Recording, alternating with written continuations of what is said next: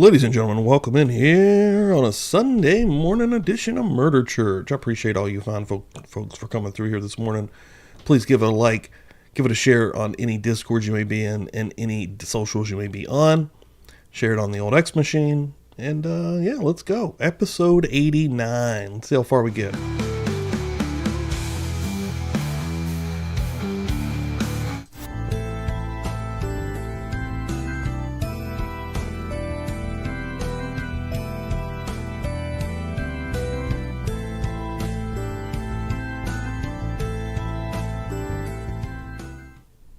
Let's rock. Good morning, everybody. We've made it. Appreciate everyone for coming in here this morning. Sunday morning for Murder Church. We're going to try to make our way through this thing. See a lot of fine, beautiful people in the chat this morning already. One thing that I can't do is do the bells this morning, though, sadly. My Stream Deck messed up. It's been messing up randomly. This is the second time, and last time I had to completely restart my computer, and I should have done that before I started this show. So let me do them manually. Ding!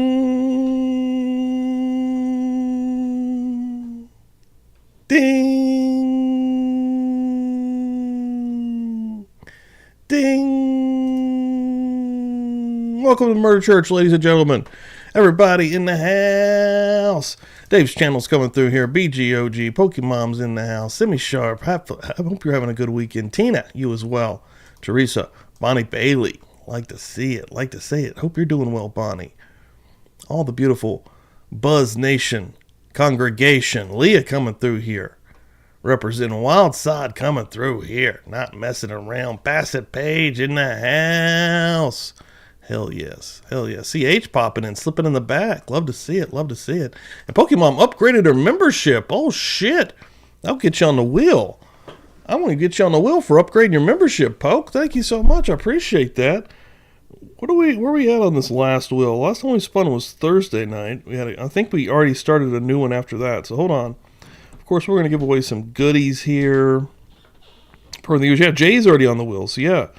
Shelly and Jay have started up my wheel, my second wheel, and we're going to be giving away some coasters. Again, we still got some badass magnets that we're giving away as well, and the sticker pack. So a lot of stuff on the line if we do form a wheel this morning, or the next time we do form one. So everyone coming through here, I really appreciate it. Brooklyn also in the house. Brooklyn, what's up? Oh man, I hate to hear that, Bonnie. Hope you're okay. Today's going to be interesting. I've got this stream we're doing right now. Then we're going to be heading into, we'll do this for a couple of hours here, see how far we get. 3 p.m. Eastern today, I've got another stream with Jack from Never a Truer Word, part 2 of the Ted Bundy last interview analysis. Excited about that, so make sure you don't miss that. And then also, I've got a wrestling video dropping today at 4:45, and then I've got a live tonight at 6 p.m. Eastern on the wrestling channel for the continuation of Memphis Wrestling 1989. So I've got a busy day, ready to rock and roll. I'm excited about it. Let me put this up just so people do know. For the donation bar up top there, Cash App, Venmo, PayPal. That is one way to donate to this channel and really help us out here. And if you do that, that gets you on the wheel, the physical wheel that we spin, and you can win some goodies. We like to give back here to the fine folks that donate to us. And also, of course, if you become a member here, you can get into the book club. We have a book club every Tuesday night following Murder Church. We're currently reading The Stranger Beside Me, and we do that together. I take very detailed notes, and then I read those notes on Tuesday night, and the chat comes in. We kind of discuss what's going on currently in The Stranger Beside Me, a Ted Bundy book, keeping the theme of Ted Bundy alive after the show today. So yeah, please do that. If you are not already a member here, you are messing up, because you're going to want to be a part of that, and there's lots of other cool content that is for members only as well. Usually every Feral Friday, if you miss that live on Feral Friday, just that little snippet of who I hang out here with, that always turns into a members only, almost always. This Friday night, we have something that we've done here a few times. I like to do this, and I like to really do it, especially when I'm on vacation. We are having an all-night movie marathon, ladies and gentlemen. And I am super excited about it. We're going to be having a good time. I'm going to be having some random guests on here. But the very first guest is going to be someone that is debuting on the channel, a first-timer. coming through. I'm excited about it. And here's what I'm going to try to do. I hope I can work it out. I want to take advantage of having this guest on here, and I want to start the movie marathon with something that I can hopefully... I've tried this in the past, and I've also gotten screwed because people pick up these domains, even if they are in the public domain, so it's hard to get a movie that's on YouTube that's fully not been bought by somebody and has some kind of copyright on it. But I'm going to attempt to do this on YouTube first. The first movie of the night will be showed on YouTube in its completion. All fingers crossed. I'm going to try to... I'm not even going to give the movie up yet. I'm going to give the guest up right now.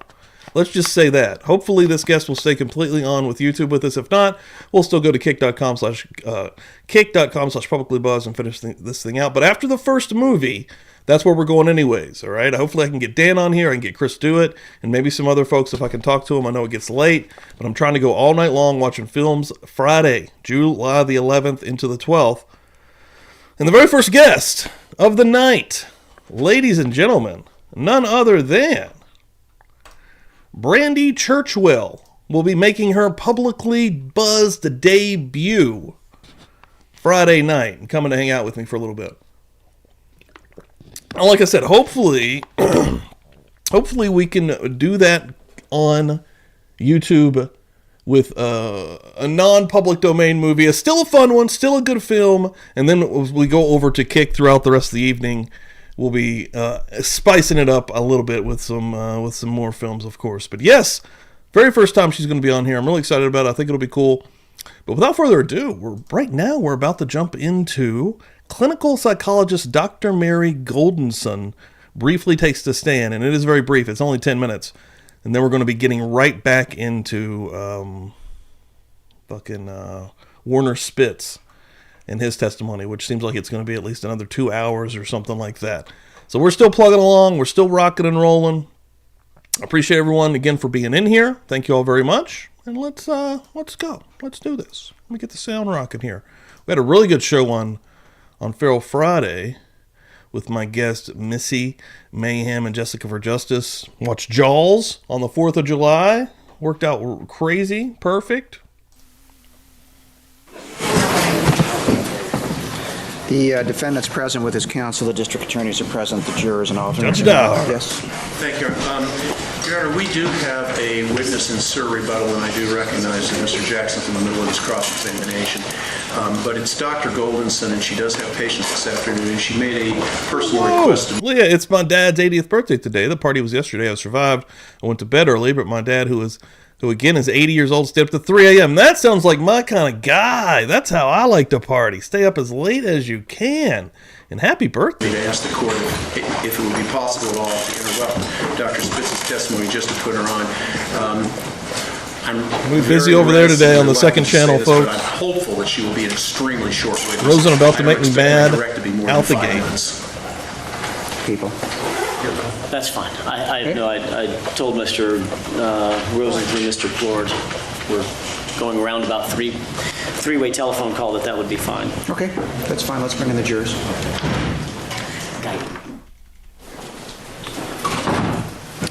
The jurors and alternates are present. Ladies and gentlemen, to accommodate a witness, the defense is going to call a witness in Sir rebuttal out of order. This is basically, actually it's part of their case, but we're interrupting Dr. Spitz's testimony to go ahead and present this witness. You may proceed. Thank you very much. All right. Joe, good morning. Goldenson. Dude.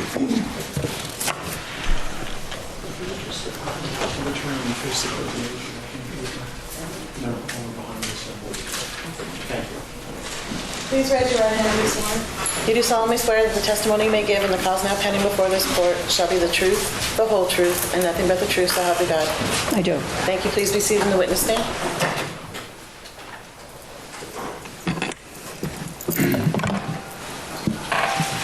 Please state and spell your first and last name for the record.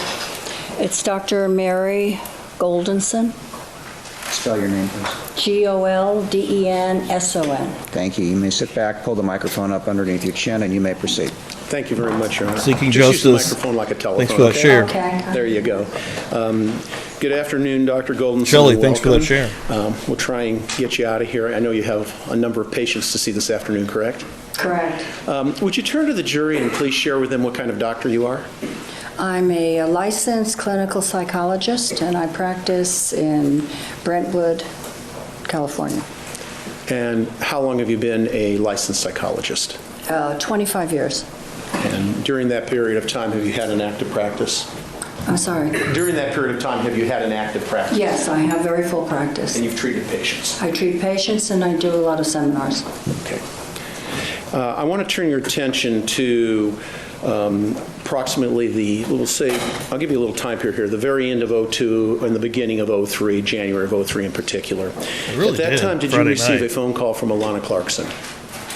Well, I hate to hear that, Marie. I hope we can cheer you up. That ain't no good. I did, and it's very vague, but I did. Okay, I understand. And for what purpose was she calling you? She is She rocking a was purple calling to sweater, see tied if I around had a an purple open sweater. practice, if she could come in and see me.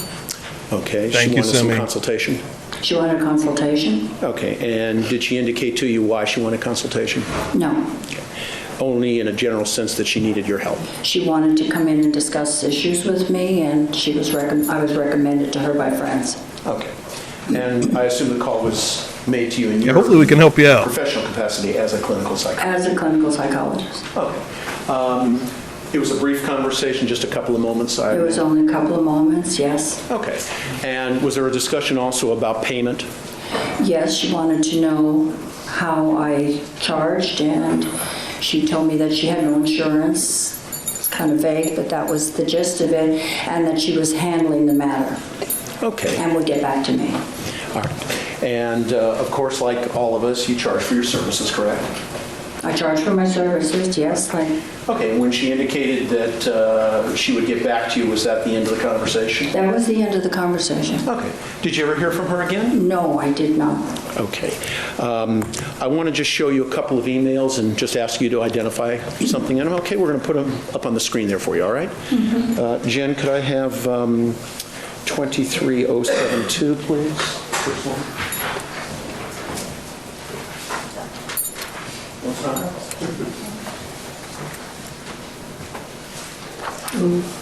Okay. Can you see that from there, or would it be better if we blew it up a little bit? I think so. Blow it up a little. Sure. Jen, please. Oh, I can't see it. It's all right, neither can I. There we go. Okay. I'm not going to go through the whole email. I just want to direct your attention to a couple of parts of it. You see at the top where it says what would be the word subject, but of course it's abbreviated to be SUBJ and a colon. You see that at the top? Very first line. Yes, I do. Okay. Your Honor, Point it out to me. maybe I I can't should see that approach. well. All right. I might make it easier for the doctor. Is it did this combo come together, or did she just say, I got to get two of these? I got to have one wrapped around my neck. I've got to make sure that my back and shoulders are extra warm, more warm than the rest of my body, of course. I get extra cold on my shoulders and back compared to my front and sides.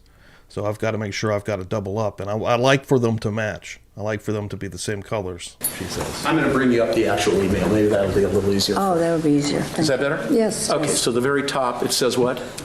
Subject Yes. and the doc. Okay. And it's addressed to Hey Jennifer, correct? Yes, hey, Jennifer. Okay, would you take a look at the very bottom part of it? Jen, can we have that lifted up so the jury can see it, please? Yeah, just hold on one second. Hang on a second. Pardon? I want you to lift it up, please. She wants to know if you want to show No, the not you. address. Oh, me. You see the very bottom where it says Dr. Mary Yes, Goldenson? what she's concerned about is that it'll show the doctor's address. She wants to know if you want to publish the address. Yeah, well, let me, is that okay with you? Okay. It's all right. We're fine. All right?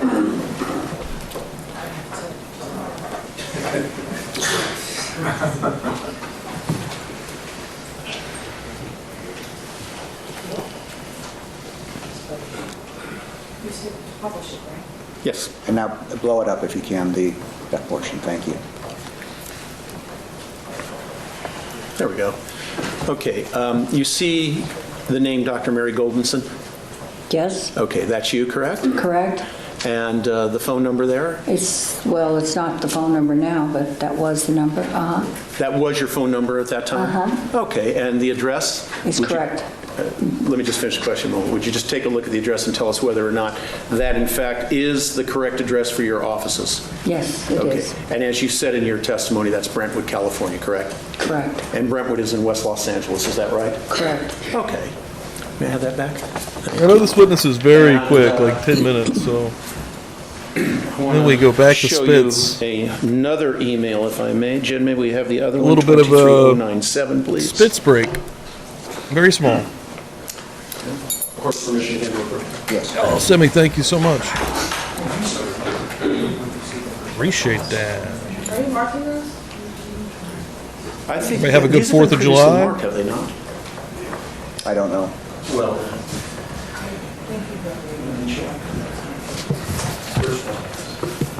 First one.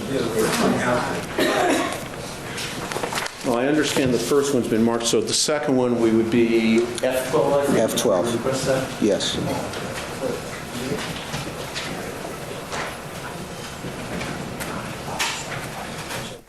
Take it down. Take over.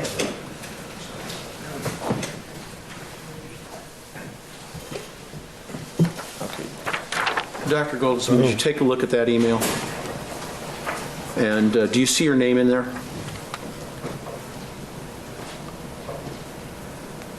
Take a look at the first paragraph. Do He's you see like, it? bitch, Yes, I I do. can read and I haven't had 2 seconds to check. Wait a minute. Jeez. Do you see your name there? Yes, I do. All right, and do you see also an indication in there where you are located, that is where your offices would be located? Yes, All I right. do. And where is that? Brentwood? Okay. Permission to publish to the jury, Your Honor? If there's no objection. Yeah, I have an objection. One is cumulative to the first one. Nice. And it's all hearsay. The point's already been made. Let me see it, please.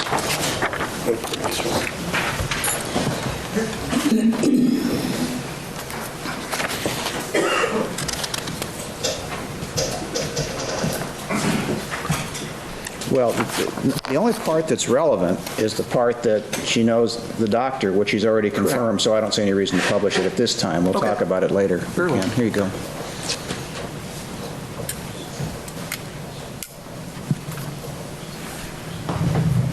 And I think we've marked this F12, is that correct? Yes. Okay.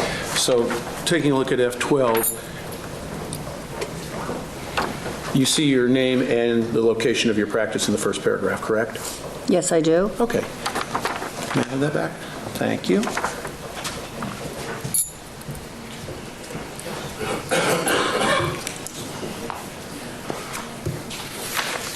And in January of '03 and the end of February of, the January of '03 and the end of '02, say November and December, you were actively practicing, were you not? Yes, I was. Okay. Thank you. I have nothing further. Thank you. Cross-examination. Thank you. I have no question. All right, thank you. Thank you for being here. You may step down. Oh, thank you. Are you welcome? That was quick. That was a big nothing burger. And then we're going to go into Spitz for an hour and 13 minutes. Dr. Spitz, Let I'm me going get Spitz's name change back gears on for a here. quick second. Over the lunch hour, I was able to find this. I didn't want to Could take get up our time in spicy. the It morning, usually does. trying to look for it. This is People's 45 sub C. Sudi, if you could highlight the center portion of that. Have you ever seen this photograph before? No. Does that look like the? Let me say, if I have, I don't remember. Does that look like the kind of the rear face? This looks like a weird ass picture. If you didn't actually have any kind of, I think it's a finger hold, two fingers holding something together. There's this, this is all I get. I mean, like sex sells everything, but everything on every ad on Facebook starts with like a shot of a chick's butt or like a crotch shot or like a tit shot, even like normal stuff, like not even like just normal things, but that's how they get your attention. Like there's one that's like, it's like a game and it's like a dude's fingers that are like this, right? Maybe it's two of them, but when you zoom in close up, much like that, it kind of reminds you of like a butt. So, but it's like a dude's literal thing. I don't know. Everything's fucking crazy. Portion of a bullet or a projectile, the front of which has been mushroomed? Yes. Okay, thank you. I have absolutely no idea where we were when we left off this morning, so I'm going to try to look at my notes. If I repeat myself, you'll forgive me. I Yes, think Doctor? maybe. Yes. I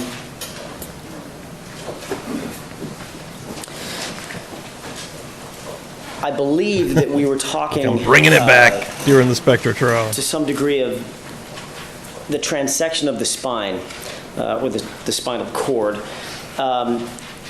You indicated that in your opinion, you believe that the spinal cord... I just had a thought.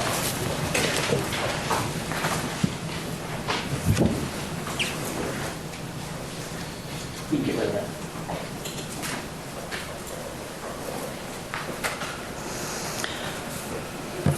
I was wrong. That's not what we're talking about. I did write myself a note. I can remind you where you stopped. Yeah, it's my memory's not what it used to be, Doc. Okay. You indicated before we left off that with regard to the spinal column, we were talking about the neural pathways that you have determined pursuant to this Joe's article like written by digging deeper. Vince's car had been meticulously cleaned inside. Oops. I was like, what is Yes. that? The chapter in his book, correct? Yes. Chapter 42. Yes. That you learned last night that there are neural pathways that are not included in the spinal column, but rather the vagus nerve is carrying the respiratory neural impulses to and from Hey, the Bassett, I'm glad you're hanging out. Yes. You just learned this last and- night. And the Got to get the squash set up. And the The Taken care glossopharyngeal of. nerve.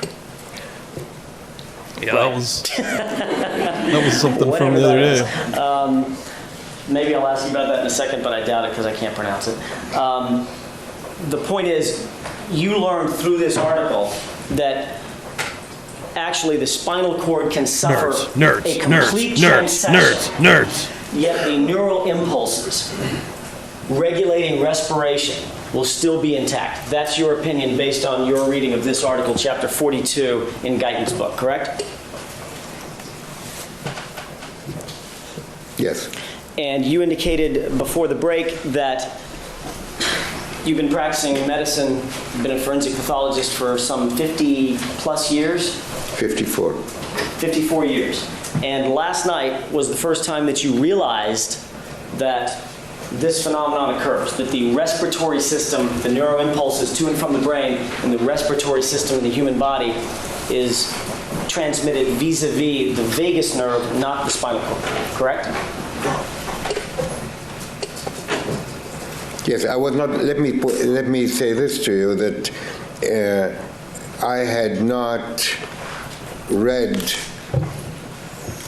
this chapter in Guyton's book before.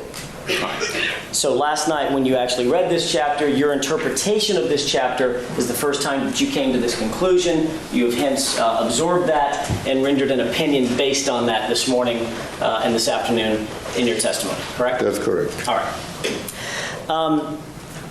You did a drawing of the schematic that was on the face page or the frontis page of chapter 42. Correct? Just that schematic drawing that Mrs. Kenny Bodden showed you this morning? Yes. All right. The name of the chapter is Regulation of Respiration. He's terrible. Correct? Right. This chapter He makes is it so actually much more written confusing. with regard to the respiratory system and how it acts and reacts to strenuous exercise and respiratory stress, if you will, correct?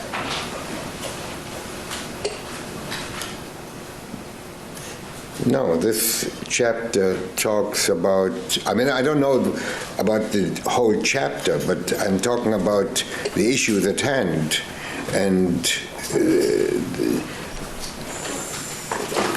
the parts in the first 2 pages. Did you read the whole chapter? I read the whole chapter.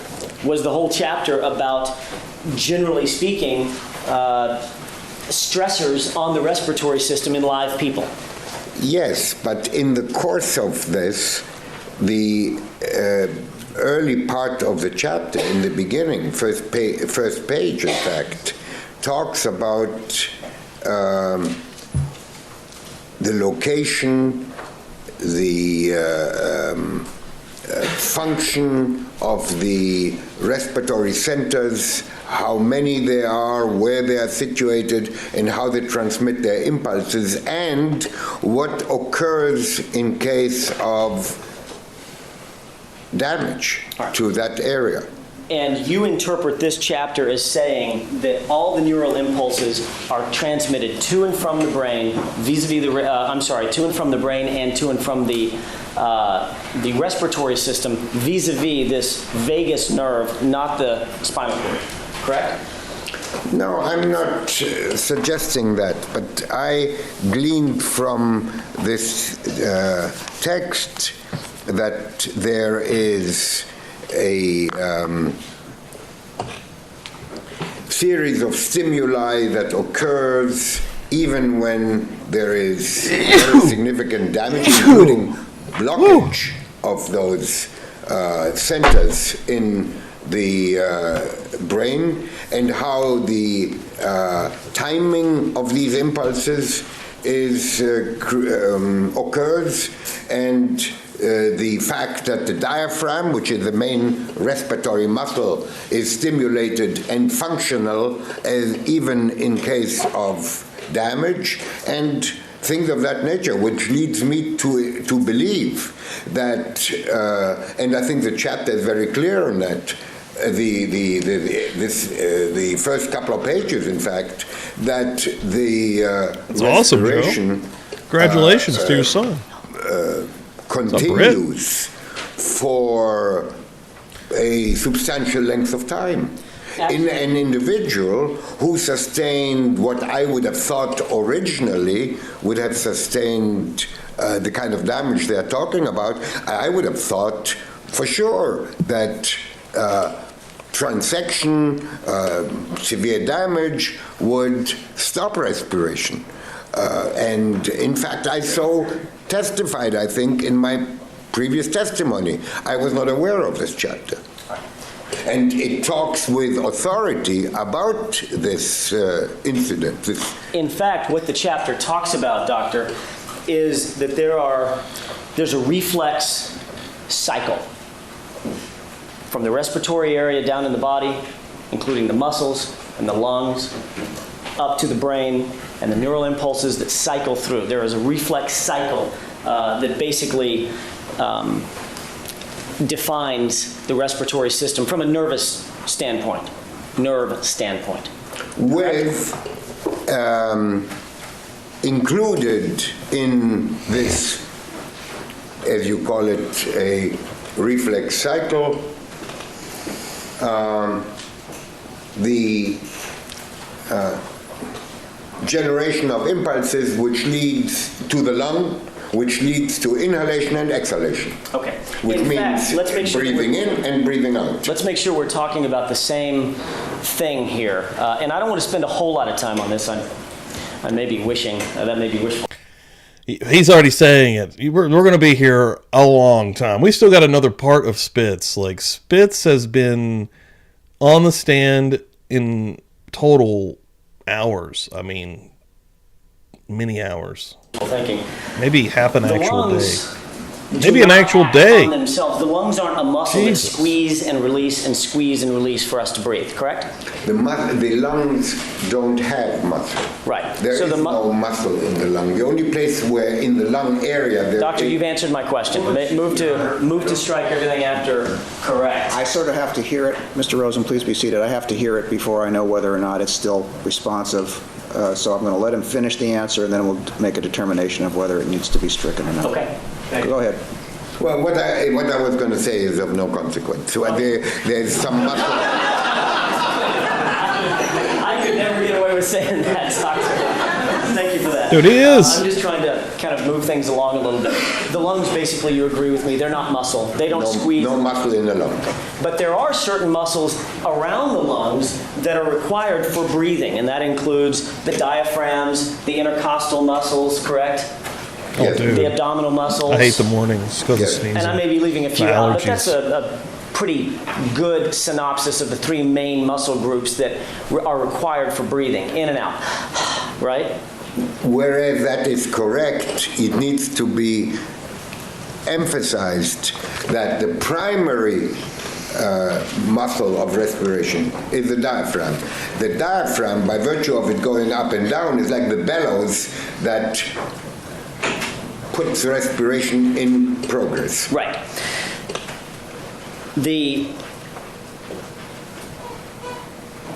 Well, let me do it this way. You put you did a drawing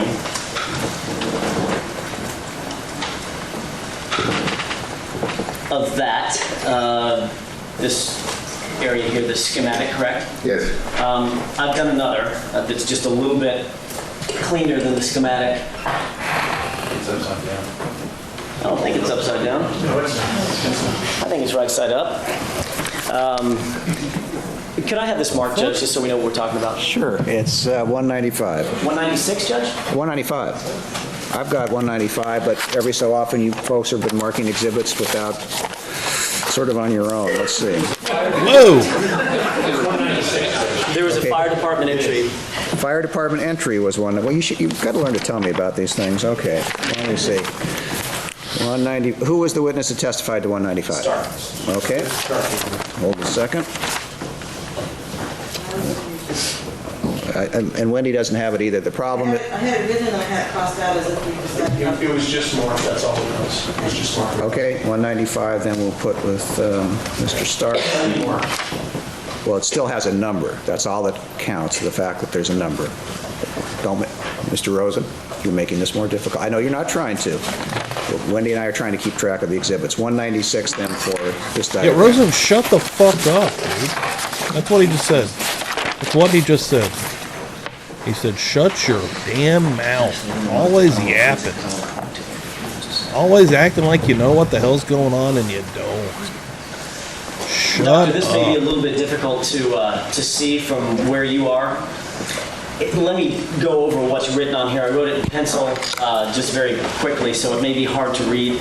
This indicates the word from lung, vagus. Obviously, that's the vagus nerve, or supposed to represent the vagus nerve. This says to respiratory muscles, expiratory pathway. Wait, excuse me a second. Sure.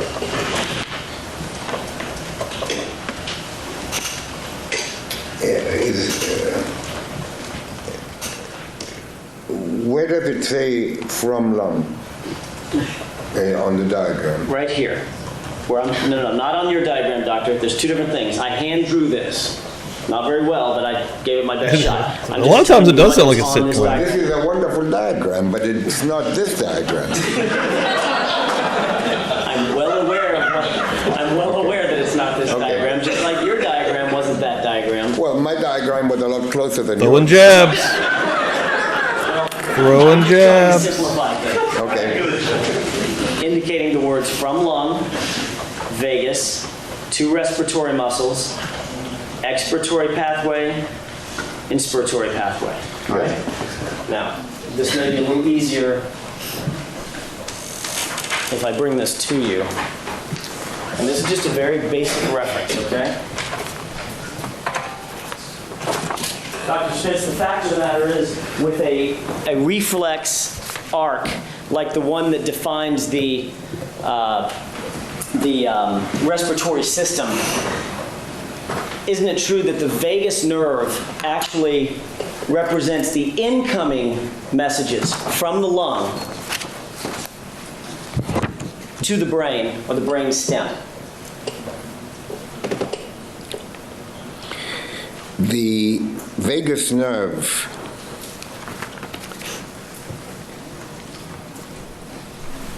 makes the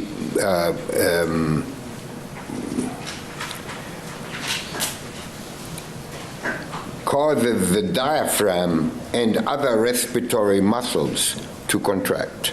Can you point to any anatomy book, Dr. Spitz, that indicates that the outgoing neural impulses, the outgoing stimuli, if you will, the outgoing transmissions, go to the diaphragms, the intercostal muscles, the abdominal muscles, any of the respiratory muscles. Can you point to any anatomy book that says that those neurotransmissions going away from the brainstem and to the lungs, and to those muscles are vis-a-vis the vagus nerve? Well, right now, what you are asking me to do is have a computerized brain like the National Library of Medicine, which I don't profess I am, Okay. To tell you what anatomy books say or don't say. Okay. I can tell you that Guyton said that. Actually, well, we'll get to Guyton in just a second. Actually, isn't it true that there is and let's just walk through this real quickly, there is a cycle, a reflex cycle or a reflex arc. The lungs, which have no musculature in them themselves, they're just organs, just lungs, they don't move themselves, send neural impulses up the vagus nerve, and let's call that the northbound freeway. Okay, it's going north. Those neural impulses are going north, up to the brainstem. The brain then transmits concomitant signals down to the muscles. The expiratory and inspiratory muscles are sent down to the transmissions are sent down to the muscles, the diaphragms, the abdominal muscles, the intercostal muscles, and those muscles are then given the signal to contract to facilitate breathing. Isn't that how the respiratory reflex arc works? I don't agree with you that breathing is a reflex. Okay, then let me take that word out. I don't want to split hairs. I'm asking you, isn't it true that the neural transmitters work in a reflex arc where the northbound transmissions go vis-a-vis the vagus nerve? The southbound transmissions, however, that send signals to the muscles to contract are inside the spinal column. I don't know. I cannot argue with you. I don't know where you got that information from. My information from reading this is different. Okay. Well, let's... Yes? Sure. May we approach a moment? Okay.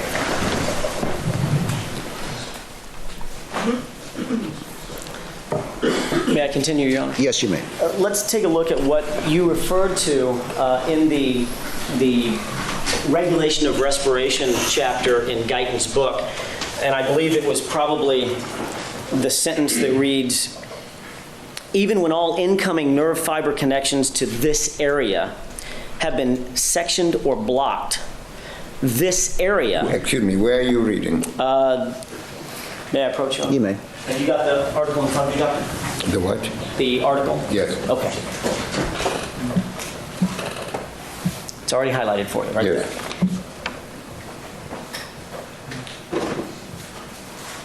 Quote, even when all incoming nerve fiber connections to this area have been sectioned or blocked, this area still emits repetitive bursts of action potentials that cause rhythmical inspiratory cycles.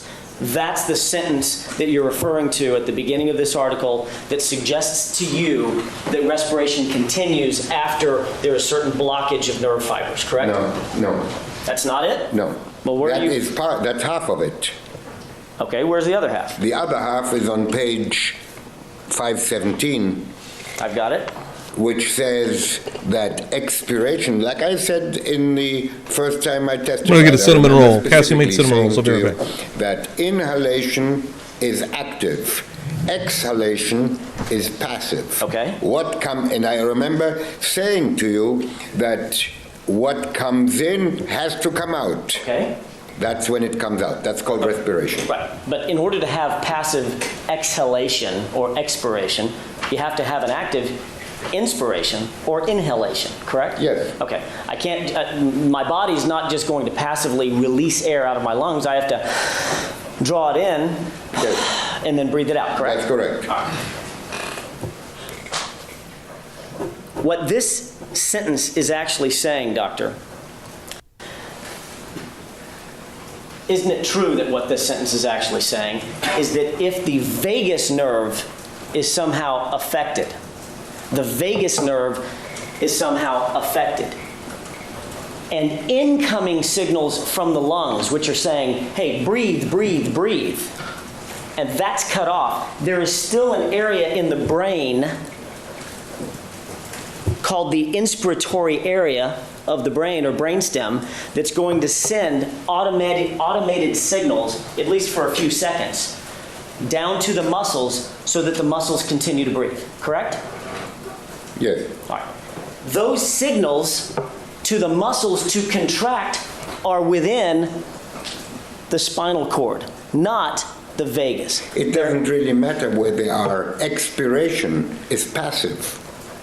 You really don't need nerves or any other anatomy to exhale, because once you have inhaled, you are going to exhale. But before you inhale, Maybe that's not doctor, rhythmic. Maybe that's not rhythmic, although the impulses are rhythmic. That's what this text says. the impulses that this article is talking about, doctor, are impulses in the brain, trying to send. Doctor, can I finish? Can I finish? They're impulses in the brain, correct? Trying to send signals to the muscles to contract to force an inhalation, correct? Well, you didn't draw the... No, doctor, that's not responsive. Move to strike. Stricken? Yes or no? The impulses come from the brain down the spinal cord to tell the muscles, hey guys, breathe in, contract, correct? Yes. And if those neural impulses are severed or cut off right there, then there is no bridge, there's no pathway to tell the muscles to inhale. Thus, there's no breathing no matter what. Spitz hates to answer yes to anything that AJ says. Anything that Alan Jackson says, even if it's correct, he hesitates to give him that leeway. It's crazy that Alan Jackson understands so much of the science. Like, he could have done anything, I feel like. He's super sharp. What the signals are coming from the brain, correct? Whereas that may be so. My opinion is and has been that inhalation continues. How? And exhalation then follows without volition. Doctor, tell me how the muscles are told to contract, to inhale, if that cord is severed. How is that happening?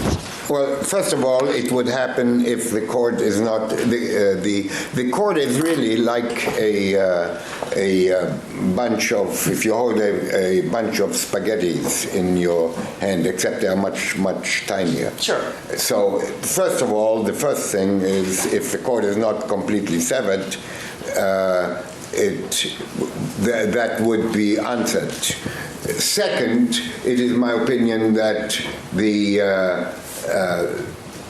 although that's true that the vagus nerve is a receptor type nerve, there are fibers either within the vagus nerve or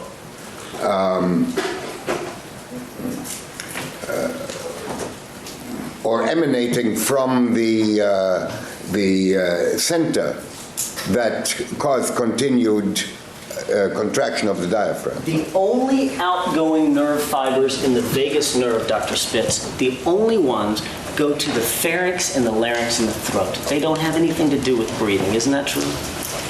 Which, the vagus nerve? Correct. What do you mean they don't have anything to do? They go into the vagus nerve, comes out of the respiratory center, the inspiratory center in the brain. In the medulla. That's where it connects to. But it's only receiving information from the lung saying breathe. All of the neural impulses to the musculature, all of the neural impulses to the musculature of the diaphragms, the intercostals, the abdominals, all of that, Dr. Spitz, all of it travels straight down the southbound lanes down the center of the spinal cord. Wouldn't you agree with that? If you want to Got a cinnamon roll here, Leo. argue that the I'm going to object. That's not responsive. I'm not arguing anything. That's true. That phrase will be struck. if you want to say, I'm not. Maybe I misunderstood you. I'm Please sorry? go on. I said maybe I misunderstood you. I wasn't sure where you. I don't know. Argue seems to be a legal term, so Mr. Rosen, I'm not fussy about whether you are arguing or whether you're saying. Please go ahead.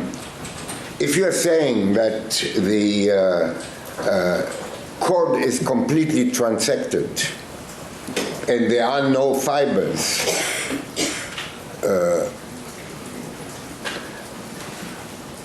no other fibers that make the diaphragm move, which is not the impression I got from the Guyton book,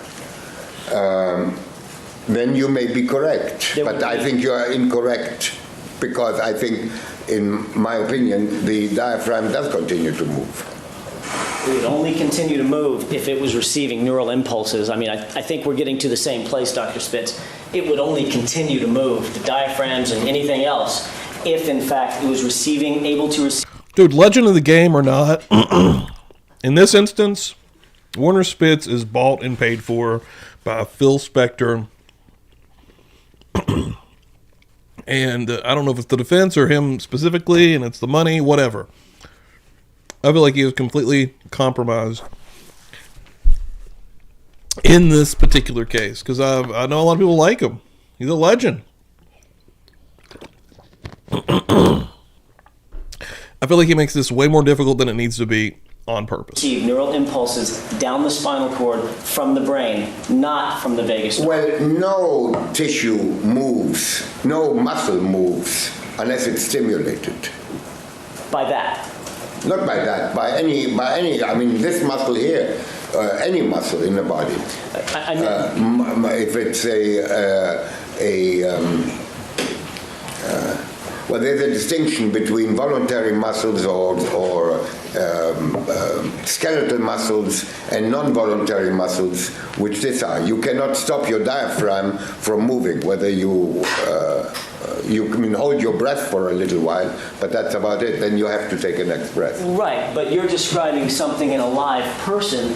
When I hold my breath, during that time, even though I might not be conscious of it, my brain is sending neural impulses down my spinal cord, doctor, to the muscles saying, breathe, don't breathe, whatever. Even reflex movements come from neural impulses. Let me restate that. Even unconscious movements. Oh, shit. We're going to keep this wheel going this morning. First Shelly, now Kathy. Coming through the Venmo machine, coming through my Venmo. I see that in my Gmail. Kathy with a 420, passing the plate for Pastor Steve. Thank you so much, Kathy. I can't drop any sound effects. I should have restarted my computer before, but she drops a 420. We're up to 3 beautiful people on this wheel right now. Thank you so much, Kathy. Baby, I got your money, don't you worry. Boom, give you a little love either way. Thank you so much. I appreciate that. Say I'm sleeping and I twitch or whatever. Unconscious movements travel down the spinal cord, correct? No, what you're doing is oversimplifying a complicated issue. If you hold your breath for a while, Bassett Page, thanks for that share. Accumulates that in your bloodstream. You now get a message into the brain to take the next breath. Right. And that translates through the inspiratory center of the brain. The inspiratory center is one of many centers. There are other centers in the brain that control respiration. Sure. And the inspiratory center that you have drawn there, controlled by a center above it in the pons, in that big, bulky area. which you didn't draw. That's called the pneumotaxic Right up here. center. Correct, doctor? Right up here. That's what you have just shown there. What you have just illuminated is the pons. Right. Doctor, I guess the point of... I don't think you finished. So that's Hard to tell. Judge, can I ask another question? Let's find out. Okay. Let's find out. Have you finished your answer? I don't remember. Okay. Why don't you ask another question? I can't keep up with you, Doc. I can't do it. I'm trying. To cut to the chase, if you will, any movement, any contractions that control breathing, from the diaphragms that give that bellows effect, the intercostals, the abdominal muscles, all of those require, in order to contract, they require an order from the brainstem that travels down the center of the cord and tells those muscles to contract. If that is cut completely off, and just for purposes of my question, this goes back to what you said a second ago, if that's cut completely off and Kathy completely and Pumpkin transcend always coming through. those Love it. instructions to those muscles that control inhalation will not get there. You know, if you were correct, there would be Thank you, Kathy. no best. quadriplegics in any location, any hospital. Dr. Spitz, actually, that's an interesting Remember, Dude, AJ's so fucking smart. Like, he really is. Whether you like him or not, you got to give him props and credit for the due diligence that he puts into these cases and actually learning the science behind a lot of these things that he's talking about. He's just not talking out of his ass. Like, he does the legwork. I mean, again, no matter honestly how you feel, you got to give props where props are due. And Alan Jackson is incredibly bright. remember that the area that It's like it's like an alternate universe, right? Like, is not involved in injury. whoa. No matter if you talk about I'll let Pumpkin see that. severed completely, halfway severed or not. If you talk about level of injury, you're talking about a lower level of injury. As you're talking about brain here, I'm talking when quadriplegics are injured, they are injured in the level of below that, in the level of the spinal cord. This is not spinal cord. This is all brain. Those centers, those are medulla and pons, and yes, it receives stimuli. It also generates stimuli. Those areas in the brain are active, functional, and able to produce stimuli to move the diaphragm. Once you have the diaphragm moved, there's air coming in, because at that moment the diaphragm goes down like a bellows. And diaphragm goes down, lungs are expanded, and air gushes in. The expiration is passive. That means once you have taken air, you push it out. We've talked about that. We know that. The point is that there are plenty of quadriplegics out there who suffer, fall off a horse, for instance, very famous one, fall off a horse, break their neck, and these neural pathways are affected. They are transected. The neural pathways cannot be reconnected, and those quadriplegics are on respirators for the rest of their life. Correct? Breathing for them. I'm not talking about those kind of quadriplegics. Well, which I'm kind talking are you about talking about?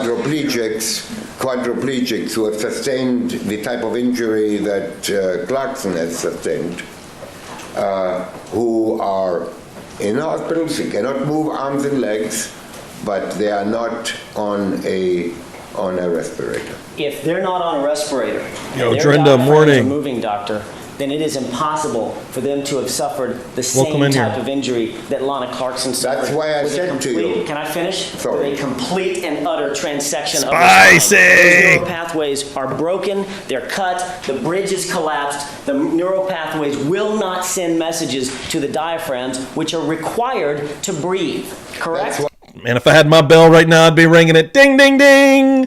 Ladies and gentlemen in this corner. I told you earlier that if That is the truth.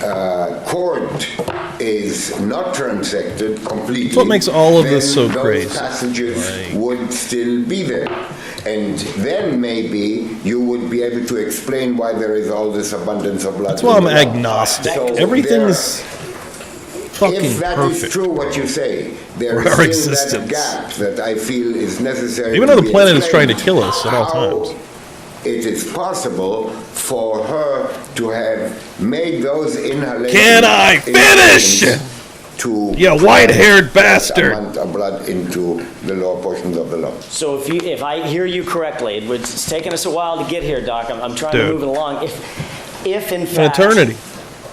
you agree This with is- me that there was a complete and utter is the end. transection of her spine, I had not got Doctor, to that. can I finish my point? Will you just shut your fucking face? Not yet. If there is a complete and utter transection of her spine, will you agree with me that her diaphragms and her abdominal muscles, her intercostals couldn't move and she couldn't breathe in? Would No, you agree with me? I don't You don't agree agree with you. I don't agree with you that that is true in this case because of everything else I know about Okay, this case. then Excuse me, can you just finish his... Well, I'm going to be honest with you, Mr. Rosen. The witness takes a long time to answer the question, and sometimes it is unclear whether he has finished his answer. Your Honor, And it is very difficult sometimes to know where the concluding point has come. I understand that, but in several instances, he starts to talk, because I'm looking right at him, and Mr. Jackson jumps up and starts to talk. And I think maybe what we could do here to avoid that in the future is just if Mr. Maybe you could shut the fuck up too. You're not making the rules, Rosen. Jesus Christ, dude. The judge has it under control. He's killing it. He's doing fine. Jackson would pause a moment or ask him if he's finished his answer, we don't have this problem. He's cut him off a number of times today. And the reason it's happened is the reason I just said, and I'm not going to direct Mr. Jackson to change his approach when, with all due respect, and this has happened with most of the doctors in this case, and I've tried to give them the latitude because they do not answer questions directly. Best It's not judge, just bro. this witness. But don't take off on Mr. Jackson for it because I don't believe he's doing anything wrong. I'm not taking off on anybody. I'm merely making what I believe is a... That's literally all you do is just take off on people and start talking shit out of the side of your head, acting like it's not it's like everyone's cool with it. No one's actually cool with it. You're a dickhead. You suck. proper objection that the witness should be allowed to complete his answer. I'm not taking off on anybody. That's all Fucking I'm asking. douche nozzle. I'm going to allow Mr. Jackson to continue the way he's doing it, and we'll just have to worry about it on the Put the question by cock back question out of your basis. mouth like a pacifier and shut the fuck up. Let's not worry about the other phenomena that you are relying on in this particular case, the blood in the alveoli and stuff like that. We can get to that in just a second. I'm simply asking you, I'm trying to get to kind of a simple point. If you agree with me that she suffered a complete transection of her spine, okay, such that there are no more neural impulses traveling down the spinal cord, her diaphragms couldn't get messages to contract, her abdominal muscles couldn't get messages to contract, her intercostals couldn't get messages to contract, she wouldn't be able to breathe in. Do you agree with that? No, I don't think I can agree. Okay, fair enough. You believe that the sensory impulses that would tell those muscles to contract come from where then?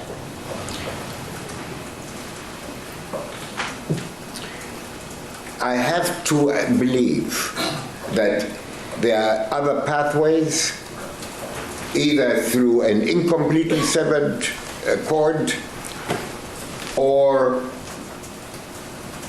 by way of other connections, because this area here, what you have drawn, would almost suggest that if the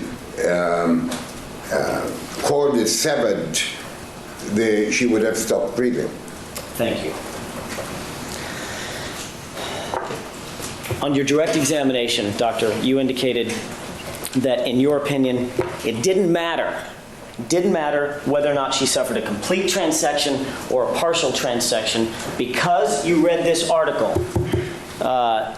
and you believed at that time, during your direct examination, you believed at that time that neural impulses were being sent down the vagus nerve, which is, well, you believed at that time that neural impulses were being sent down the vagus nerve.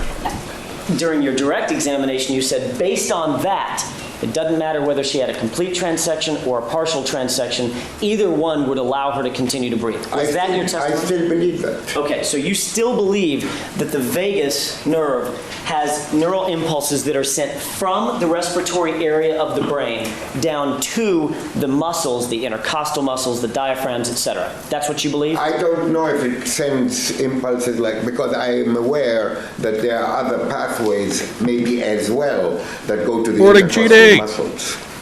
But hope you're having a good weekend. I'm sorry to interrupt you. Those pathways are outside the spinal cord? No, they're not outside the spinal cord. They're all inside the spinal cord. They are inside the spinal cord, and some are outside the spinal cord. Which ones?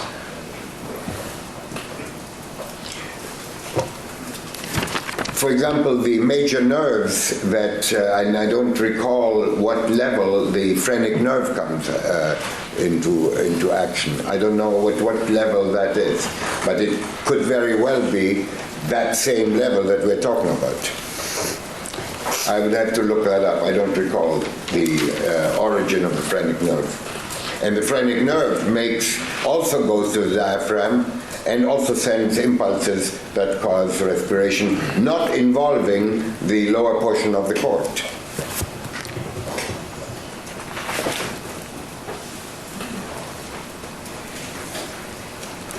So your testimony is that the phrenic nerve is high enough that, or is it too high, that a complete transection of the spine would allow the phrenic nerve to send neural impulses to contract the diaphragm? Well, what I said was that I do not recall offhand at what level the phrenic nerve exits the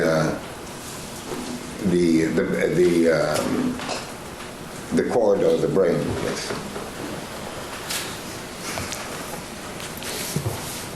Now that we have discussed kind of at length where the neural impulses come from, where they go, this reflex arc, information coming from the lungs into the medulla, information coming from the brainstem down through the cord to the respiratory muscles. Now that we've talked about that reflex arc, or that respiratory arc, if you will, is it your opinion that, in fact, in order to breathe, Lana Clarkson would have had to have suffered a partial transection of her spine?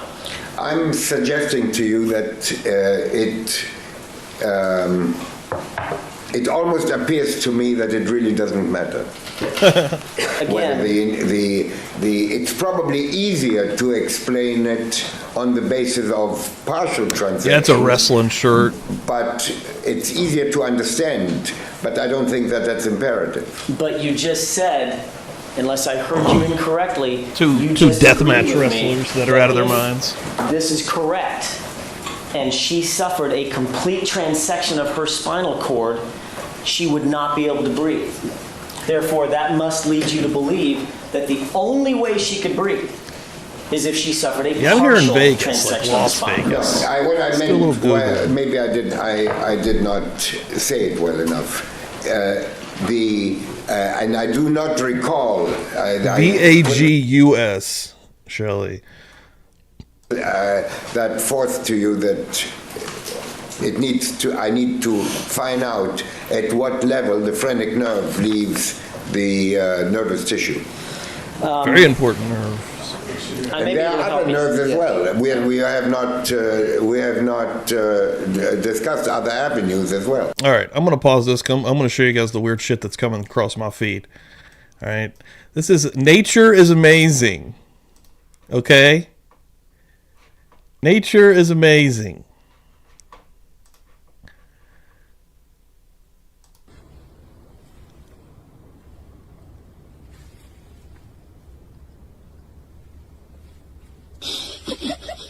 What the fuck, bro?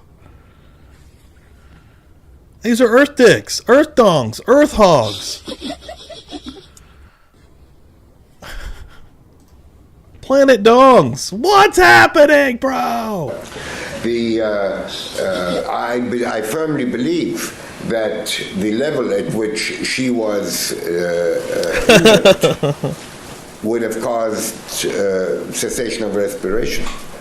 Otherwise, why would all these other people survive same level injury? Okay. I may be able to help you out. Does it jog your memory that the phrenic nerves are basically C3, 4, and 5? I don't remember what level that is. If in fact the phrenic nerve is at the level of C3, 4, or 5, would that be above or below the level of her injury? Well, C4 or C3 and 5, of course, is below the level of C1. Correct. And if in fact she suffered an injury higher than the phrenic nerve, which does control the diaphragms, there is no way for the brainstem to get information to the phrenic nerve to control it, to contract it. Isn't that right? Yes, that's correct, and that would eliminate the phrenic nerve. Thank you. The intercostal nerves. Another That's just in possible my nerve feed. set That's my that can like control what? breathing. The intercostal muscles. They're at The intercostal muscles, I don't think. Can I finish? I'm sorry. I'm trying to show you the same deference. Just let me finish the question. Bro, They're at just let them T1 fight through at this 12. point. I was going to say to you that the intercostal muscles, in and of themselves, just by themselves, are not likely to sustain respiration. Okay, let's take the abdominal muscles. Same way. Same way. Okay. Yeah, you need, they are more, all these other muscles are more like accessory muscles. The main muscle is still the diaphragm. All right. If in fact these other nerve bundles that I've just talked about, the diaphragms, the intercostals, the abdominals, and they're all lower, and I know I'm getting into a lot of anatomy, and I apologize to everybody. If they're lower than the location of her injury, which was at C1, right there, if those nerve bundles are lower at C3, 4, 5, and down, there's no way for those nerve bundles to get information from here, these neural impulses, if in fact the transection is at C1. Would you agree with me on that? Well, they're below that level. C3 or C4 is below C1. Okay, that's all I need. Shit. What happened? Once again, mercifully, Your Honor, I'm going to change gears. Okay. Thank you for that, Dr. Spitz, and I appreciate your patience with me. Oh, shit. The slides that you looked at, Bring back very old briefly, Phil you Banners. indicated that there was and I meant I'm going to talk very briefly. I didn't mean you looked at them very briefly. I think it was Defense A to the 12th indicated that there was not focal, but basically, to use Ms. Kinney-Bodden's word, diffuse blood in and around that local area in the alveoli, correct? I think you used the word carpet. There's a carpet. Yes. All right. And you put Mrs. Kinney-Bodden put that on the overhead. I'm going to take this down. Okay, thanks. Mrs. Kinney-Bodden put the slide on the overhead at, I think, 400 magnification, and you said, see, look how many blood cells there are. It's basically a carpet, is what you said, correct? I think so. You're aware that in the pathology report, in the autopsy protocol from Dr. Pena, he basically only took slides from areas of the lung where he found blood, or what he thought might be blood, correct? I don't know. He says in his report that they are representative sections. Right. There are lots of areas of the entire lung organs. As a matter of fact, the vast majority of the areas of the lung organs did not have blood in them, correct? That is not what his autopsy report seems to describe. Let me ask you this then. Do you know where exactly he took the slides from? I surmise, based on what I see on the slides, Okay. that he took them from areas where there was blood. But the areas where there were blood are by no means focal. There is like I said, a carpet-like somebody put a lot of blood in those areas. All right. I cannot talk about areas which are not representative, but he specifically said that representative sections. Did you hear his testimony? Yes, I was here when he testified. Okay. When he testified, do you recall Dr. Pena saying that, number one, that he took slides of areas where he visually, grossly, I think he said, saw blood? Yes, I understand that. That's all I'm asking. Is that what his testimony was? Your understanding of it? Well, yes, that's correct. And he said grossly, as he examined the lungs grossly, then microscopically, he saw focal areas of blood, which he then pinpointed and took sections of samples to make slides out of, to confirm whether or not it was blood in the alveoli. But, Mr. Jackson, why would anybody... Objection, I'm sorry, Judge. Non-responsive. It's non-responsive, sustained. Is that his testimony? Do you recall his testimony being that? No, just I like, don't damn it! recall this detail. Okay.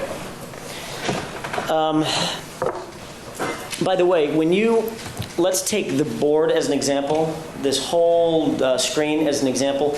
When you saw that carpet of blood at 400 magnification on this entire screen, how large, if we were to take that screen area use the borders of the screen as that area, how big would that drop be? It would be very small. Be microscopic, wouldn't it? Well, that's why we look in the microscope. Right. If I didn't look in the microscope, I would get back to the autopsy report, which describes blood in both lungs, in what obviously Leah, is... Dr. Pena was in some of the early episodes. I think it was super early on, though. So I don't know exactly the number. But Pena was on the stand for so long that I made him an emoji. I could have done this for Spitz, too, but I just made him actually like the eggplant emoji for a penis joke. But anyways, he was on the stand for a really long time. Not a focal distribution, but a major distribution. Okay. I guess what I'm asking, Dr. Spitz, you said on direct examination, I just want to make sure we're clear, that this, when you looked at that slide with all those red blood cells, and you said, yes, Mrs. Kinnybottom, see there's a carpet there. This isn't focal, it's a carpet of blood cells. You can see there's blood cells everywhere. Yes, that's correct. We're talking about a microscopic, that on that screen would be a microscopic portion of two organs that are about as big as I'm holding up left and right. Well, a little smaller, but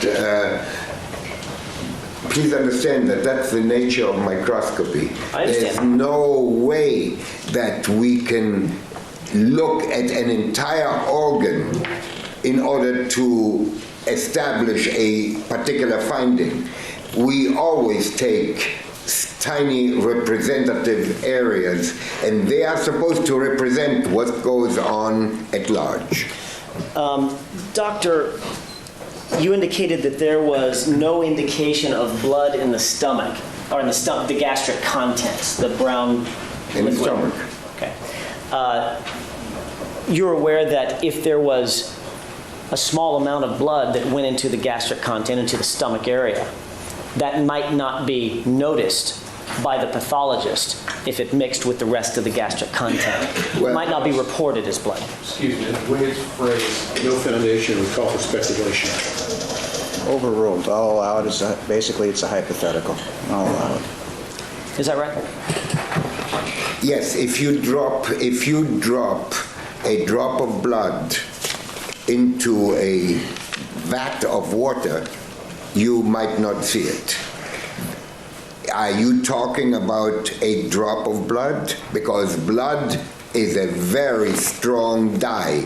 Anybody who has ever soiled his clothes with a few drops of blood, or even one drop of blood, will tell you that. So if there is 180 ml, 6 ounces of fluid with anywhere close to the density. I'm not talking about the amount, but the density of the blood in the stomach, as we saw in the lung, you would see it. Okay.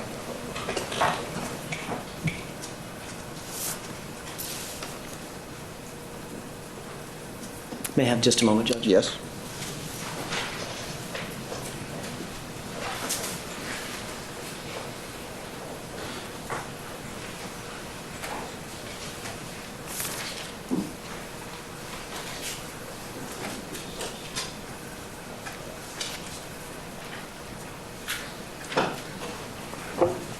There's just one final point that I want to ask you about, Doctor, and I want to make sure I get this correctly. Is it your... Let me withdraw that and start over.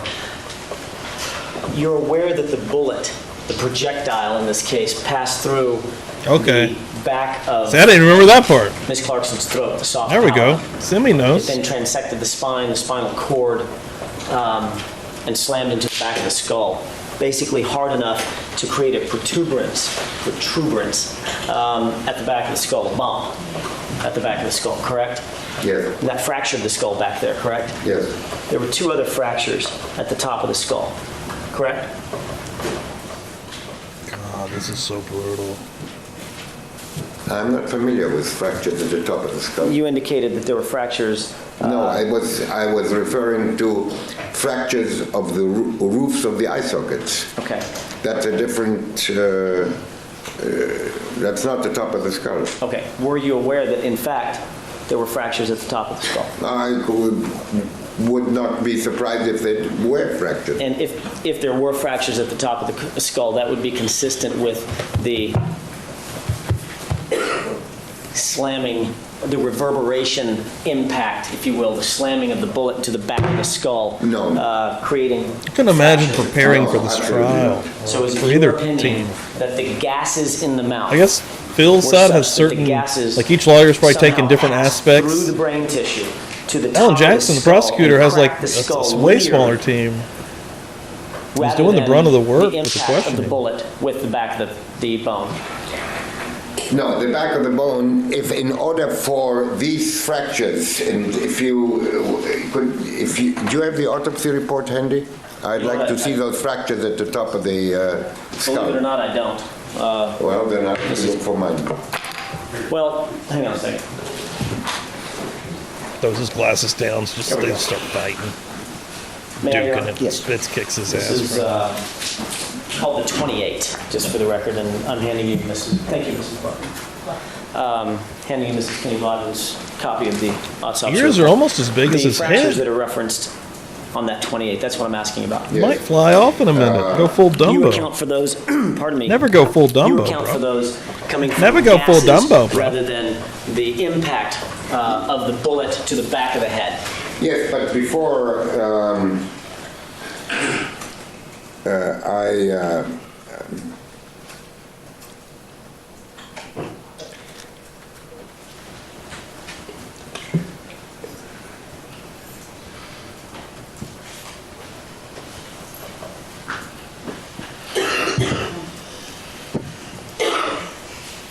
before I go through that,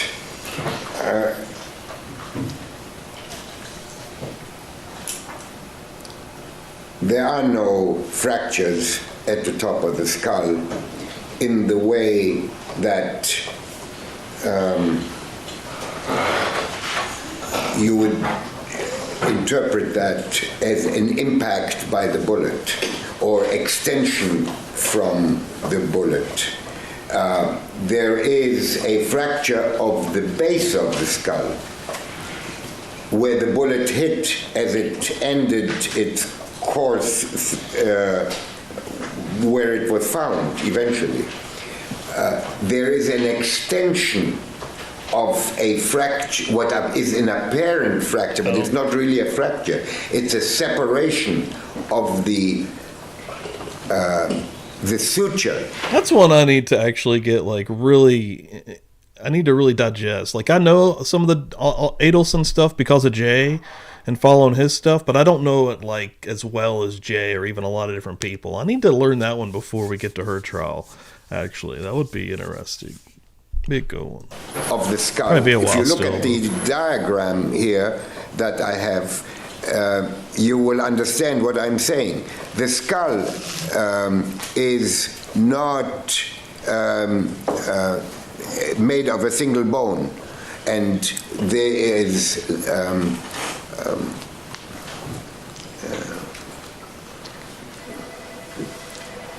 I forget what you call it when you have woodwork where one piece goes into another. Like a dovetail? I'm sorry? Like a dovetail? No. Where Who's a woodworker? tongue and groove. Tongue and groove, there you go.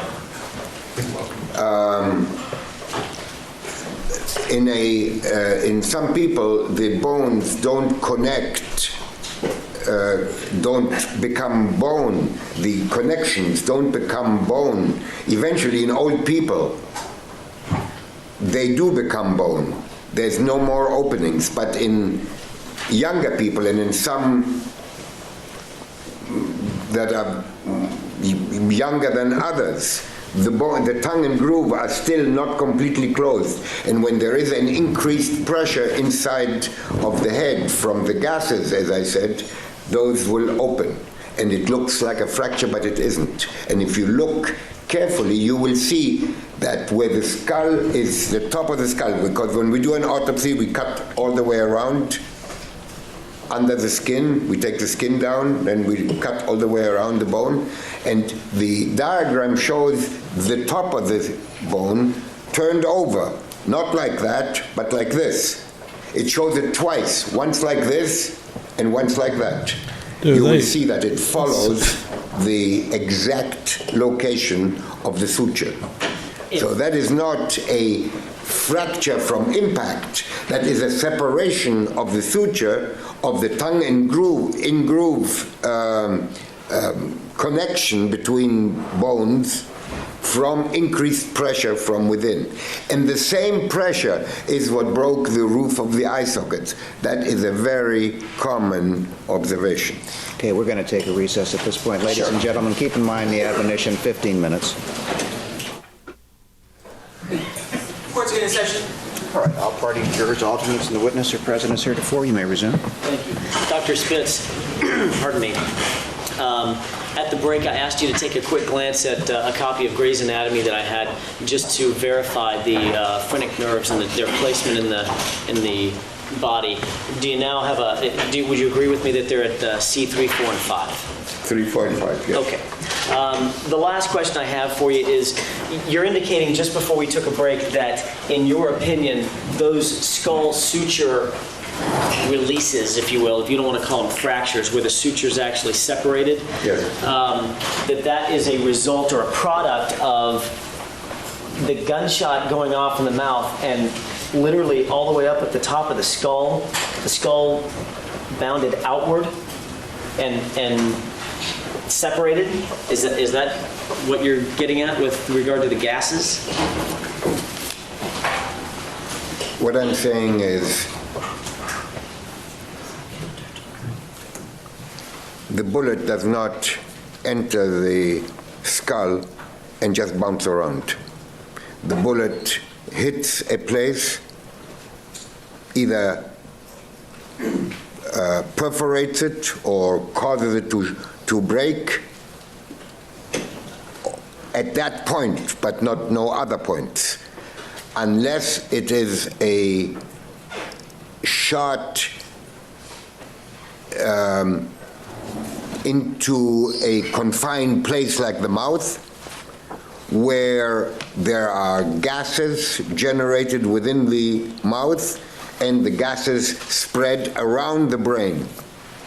Consequently, the pressure within the skull is increased. There's not much room in the skull for a huge amount of gases because there's a brain inside, well, most people anyway. You weren't looking at me for Just- any reason. Just stares at AJ after. Again, laugh track. Cue the laugh track. Personal, but it is a fact that. No, he said personal. That was a shot. That was a shot at AJ. An occupant for the inside of the head. Increased pressure, remembering that the roofs of the eye sockets are paper thin. Incidentally, I can tell you, if you are interested, I have a skull here to show. Bring it out, a skull. Here we go. Please take my word for the I fact have that on my the bingo eye card. sockets are paper thin. The roof of the mouth, the palate. Maybe is your eye also sockets, you quite thin. fucking I think I indicated thin-skulled earlier that it is loser. not Mine much are thicker thick. than paper. And the bullet did increase the pressure because there's a variety of fractures on the base of the skull. The skull is like this, with the top and the base. And most of the fractures are in the back of the base where the bullet hit and stopped or perforated. And there are fractures around there where the bullet hit and stopped. And therefore it broke the bone. And in doing so, it also broke the back suture.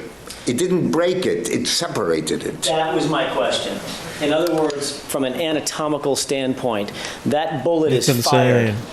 into Lana Clarkson's throat at very close Drive right range into the to ocean. throat. And we're talking about a 2-inch barrel behind her teeth. That bullet was fired into her throat at, let's say, 1,000 feet per second, or somewhere around 1,000 feet per second with plus P ammunition.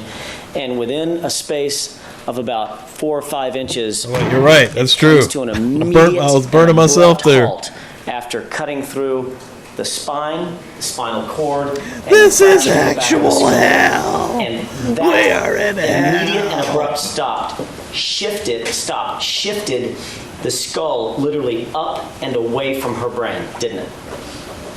Accounting for the suture separation that you're talking about. You know, a shot, firing a gun is always a dramatic situation. But what you just did is over-dramatize. Yes, it is like... As compared to the injury of Lana Clarkson? No. Excuse me, I'm interjecting, that's all right. No, overall. No, you misunderstood what Rosa, I said. just stop. Seriously. Your mouth? A shot Keep in it the fucking mouth shut. is a shot into a confined space. The gases, the pictures that we saw where I fire a gun, you could see the flame, and I mean, it is an impressive type of amount of material that comes out of that muzzle on being fired. That stuff has to go someplace. Where is it going to go? There's inside the mouth. So it goes backwards, and it created an impact. It caused an impact on the back of the skull as it went into the skull in the back through the hole where the vertebral column, where the spine joins with the skull. Through that hole it went in, and it bounced, or it struck the back of the head, where because of the impact, separated the suture, which goes like a triangle in the back here. The picture shows it. Right. And the increased pressure caused other fractures in the base of the skull, where the gases diffused from the mouth upwards around the brain. Thank you. Nothing further. Thank you. Redirect. Thank you.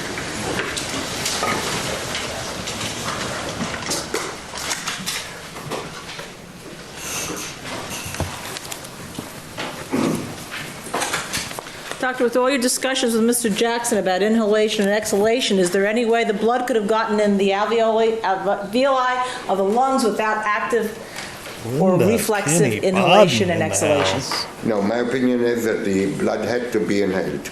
And does that matter whether or not the cervical cord was transected partially or completely? That there had to be inhalation and exhalation? Well, there was inhalation of blood. Okay, and in fact, wasn't the Dr. Penny described that cervical spinal cord as being pulpified in parts, but ragged in other parts.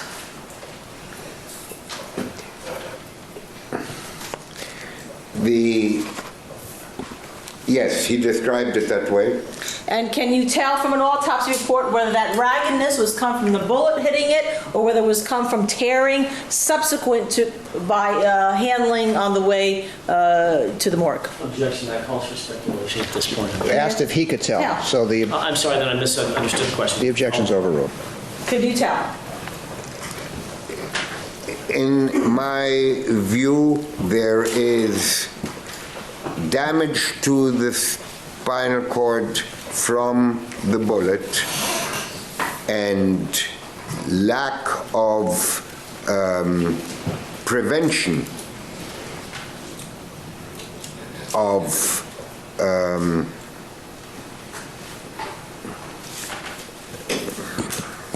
traumatizing nerve tissue that has already been damaged, preventing additional damage. There has been no such thing. And if you tell me, or if the autopsy report indicates that there are two types of damage in the spinal cord, then there is a distinct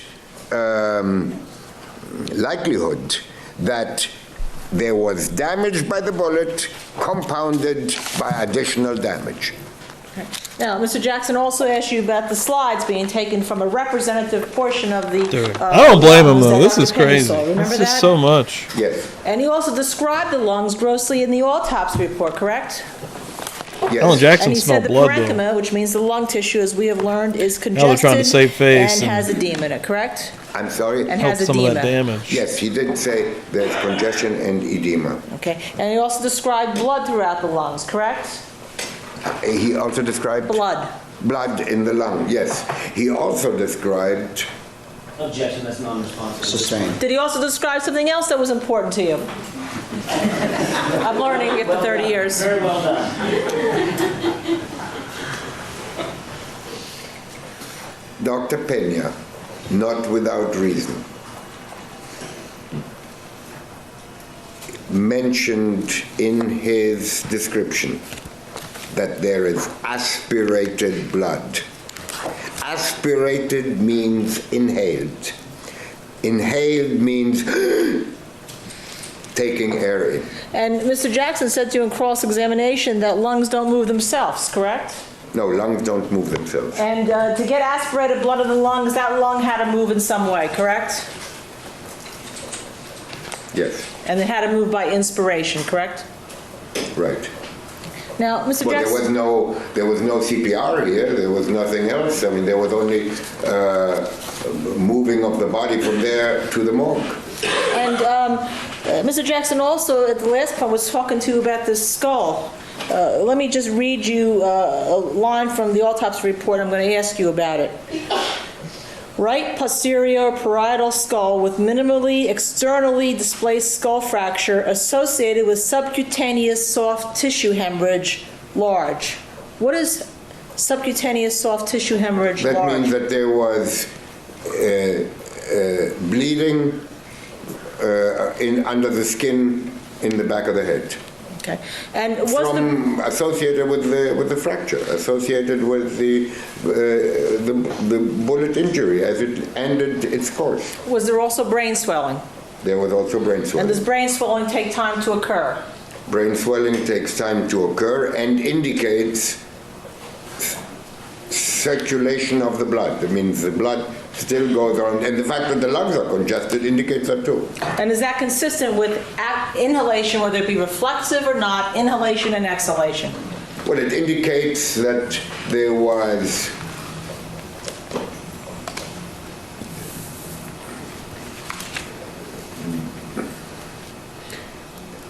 vital signs were still present without consciousness, without the brain activity. Okay. And Mr. Jackson also drew a drawing from a book that he put up there, the book that we talked about, correct? Yes. Okay. Now, the drawing, if we can hit the Alamo City. You'll have to excuse me, I have little stickies and red marks.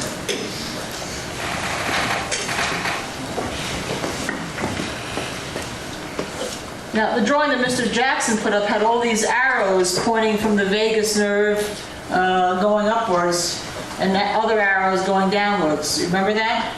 Yes. Is that on the original drawing that's in this book? No. And does the Guyton book that you were talking to about indicate that the vagus transmits sensory signals to the lungs, irrespective of whether or not there's been disconnection of nerve fiber connections? Objection. That mistakes the testimony and mistakes the evidence. Well, let me read the... All right. Does the book say the vagi, I guess that's plural for vagus? Yeah, that means, that's right. There's two vagus nerves, one on each side. Does vagi also transmit sensory signals from the lungs that help to control lung inflation and respiratory rate? Does it say that? Yes. Does it also say that even when all incoming nerve fiber Chris, connections what's up, to this dude? area have been sectioned or blocked, the Yeah, Chris, I area need to still get with you. emits The repetitive movie bursts of marathon is this action Friday. potentials that cause rhythmical, I need to talk to you. inspirational cycles. That's what the text says. Okay, and does it indicate that expiration is passive? Expiration is passive. The second page of this article specifically said that, and I testified to that earlier. And irrespective Hope of you're not what melting the mechanism in Vegas. was to get blood It's into the been hot blood here. of the lungs, whether it was from the vagi nerves as indicated in the book, or whether it was from a partial transection with still some nerve endings, is it your opinion that the blood in the lungs had to come into her lungs through active inhalation or exhalation, even if it was reflexive? Yes, that is my opinion. Thank you, I have nothing further. Thank you. Recross. All right, thank you. Subject to recall, your excuse. Thank you for being here. You may step down. Thank you very much. All right. I'm pretty sure there's another video right after this with Spitz, so something's going to happen. Are you going to take that skull through the airport? I did Bro. I asked them to make a diagnosis. Somebody hit but the they laugh track again. Don't you get questioned when you take it through? Yeah, Brooklyn, a movie all-nighter, Friday night. Starts here at 9 Eastern on YouTube Friday. All right, happy birthday, Vince. That's very reassuring. All right. Randy Churchwell is going to be the first guest of the night. Witness? We do, Your Honor, but I think I need to approach this for a second with Mr. Dixon. Okay. Okay, the next is outside the maybe that is into Spitz. Okay, maybe I was wrong. So next we got 26 minutes. The judge and counsel discuss trial proceedings outside the prison to the jury. We'll go on through. We'll do another one. Let's knock another one out here. Thanks everyone for being in here tonight. I appreciate it. Again, 3 Eastern today. I've got a banger. I've got a really good show. Jack from Never a Truer Word is coming through to hang out here with us again. We have Jack here pretty regularly, and we're going to be doing part 2 of the word analysis, the language analysis of Ted Bundy in his last ever interview, hours before he was put to execution. 3 Eastern today. I'm going to send you out of this stream directly into that when this ends, but we're not done just yet, so hang tight. I've also got a wrestling video dropping at 4:45 p.m. on Wrestle Plunge, anybody that wants to be on the second channel. And then I've got a live tonight. My third live of the day will be at 6 Eastern tonight on Wrestle Plunge, and every Sunday night at 6 we watch, and I'll actually show you my little banner here. I think I got it in here. Yeah. Every Sunday night at 6 on Twitch and YouTube on the Wrestle Plunge accounts, I watch CWA from 1989. We go week by week and show it out, and there's it's a lot. It's pretty interesting. So, come through if you want to hang out and watch a little wrestling with me every once in a while. But other than that, I see Chris Stewart coming through here. And Chris, I do need to get with you, and hopefully, if you're free this Friday, I would like to have you on for the all-night movie marathon and see if we can get you and Dan on together. I think it would be cool to have you on for the second film of the night. And but I need to get with you. I'll get in your X messages. But yes, Friday night, got something really cool going on. And there actually won't be a show Tuesday night this week. I'm actually going somewhere for a vacation thing, and there might not be one Thursday night, but keep eyes on that. But for sure, today's loaded. Today is action-packed on both channels, and then of course Friday is going to be an all-nighter. So we'll be making up all that time on Friday, baby. I'm trying to go from 9 to 7 a.m. Will I make it? Only time will tell, but We shall see. Thanks, everyone, for being in here. We'll just keep rocking and rolling. Okay, we'll take it in two parts, okay? The first part is, the court's aware that I showed the court as well as Mr. Dixon, Mr. Jackson, this list. I made the inquiries. Get on the that court wheel. suggested, as well as I'm the still trying to Mr. build a Dixon wheel. suggested I do, and I have Low light. conveyed the information that I've received. And Happy here's Sunday. what I've learned, that, in fact, as the court may have noticed, there's two parts to this. The top part is entitled Events with Lana, 2002 to 2003. And there is a sequential number of dates, and opposite the dates on this piece of paper are descriptions of what I would assume events. I made the inquiries, and I understand through Ms. Laughlin that she, in fact, is the source of this information. She has a date book or a diary that I have not seen, but she has it with her, and I've offered it to Mr. Dixon and Mr. Jackson if they want to view. We can view it together for the first time. But the reason use the that it bathroom is in Ms. Tyndall's handwriting is because this was prepared approximately an hour within the last hour or so. Whenever I gave it to Mr. Dixon, or didn't give it to him, but alerted him to it. Yeah, there was a yellow And tin on the reason that. that Ms. Tyndall wrote it is because Ms. Laughlin did not bring her glasses with her, so she couldn't read it. That's the only reason it's in Ms. Tyndall's handwriting. So I've explained that to them. I certainly think that they should have a copy of this. Obviously, it was just handed me, so I don't have the facility to do that. And that is the explanation for that. This directly, and we would ask to use this in Sir rebuttal with Ms. Laughlin, and the reason is that Ms. Hudson said in her testimony, and I have it marked if the court wants me to refer it, that in the last year or so that she had really cut down spending time with Ms. Laughlin, that she had taken a different track and she was not spending time with her at all.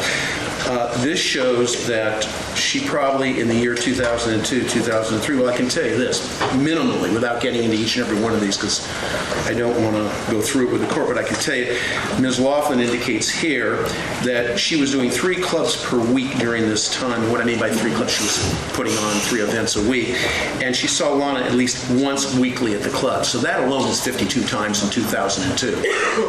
And then there's a series and lists of others. So I think that directly contradicts what Nilly Hudson said. So we'd be asking permission to get into this in Sir rebuttal. And if the court agrees, then we do have Ms. Laughlin here. She's not been excused, and she does have this date book. And I've indicated her already to just wait with the date book, that Mr. Dixon or Mr. Jackson and or myself might want to take a look at it. Okay, so that answers that.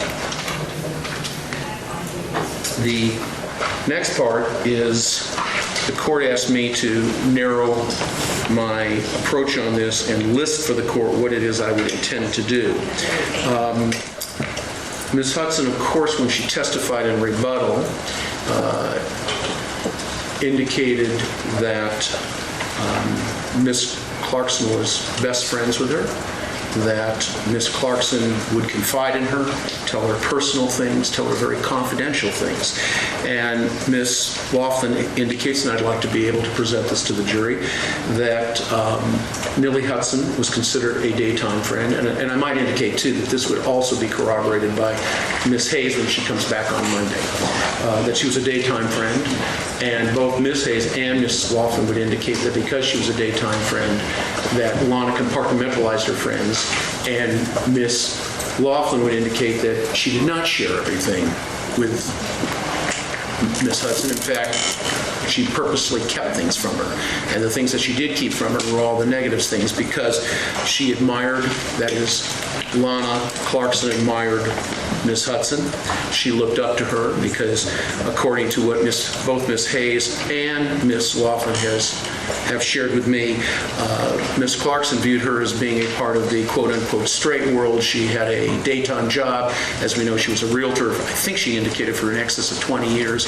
And she treated Ms. Hudson in a way that she did not want to share with her all of her trials, her tribulations, and the list of things that, in fact, made her depressed. So I'd like to get into that, because that's what Lana told her, both of them. Another area that I want to get into is I would like to revisit the situation with Kraken, what's up?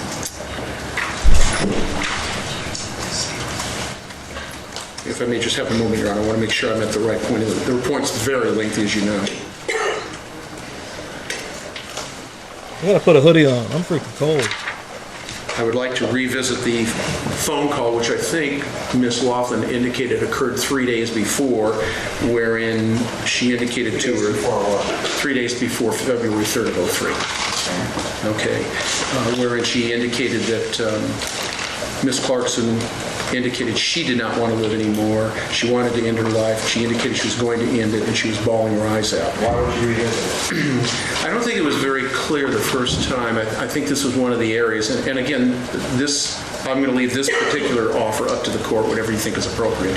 I don't think it was very clear on the first go-around with Ms. Laughlin. I think that phone call, if the court remembers, I had submitted Mr. Bennett's report indicating that I felt there were, I don't want to use the word discrepancies, but let's say there was less descriptive terms here in testimony before the jury as opposed to what was contained within the four corners of the report. I don't think that's proper suitable. Okay, that's fine. I'm just indicating to the court, and of course, it's up to you. The next area I want to get into is the Christmas card and the Christmas letter. Mr. I don't remember who did her. Let me see. I got it right here. It was Mr. Dixon. She can explain what she meant by her letter. That was gone into, that was something new. Okay, and I want to publish the letter to the jury.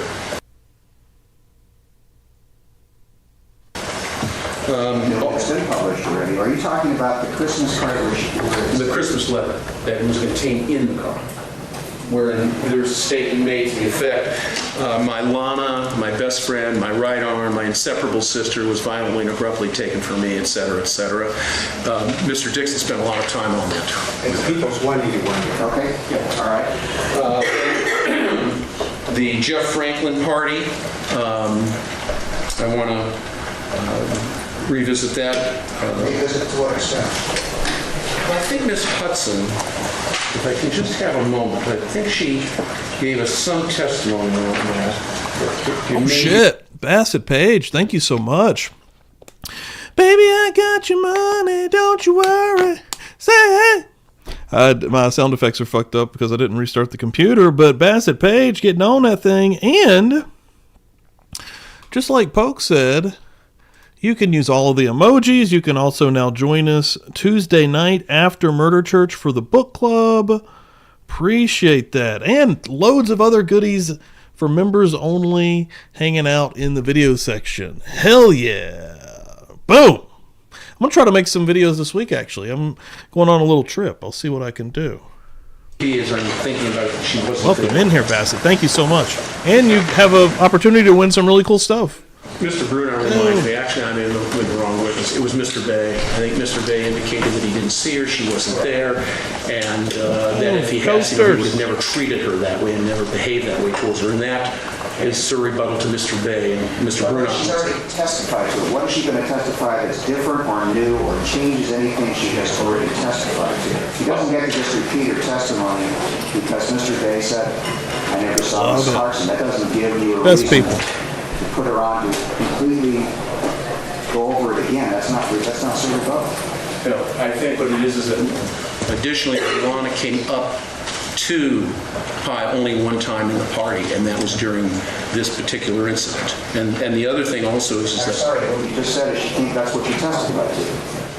I'm confused as to, I'm trying to find out what are you claiming is rebuttal, sir? As I recall, Mr. Bay testified that he never saw Lana there. And that had he seen her there, he would have never Gotta have a treated hell her yeah. that way.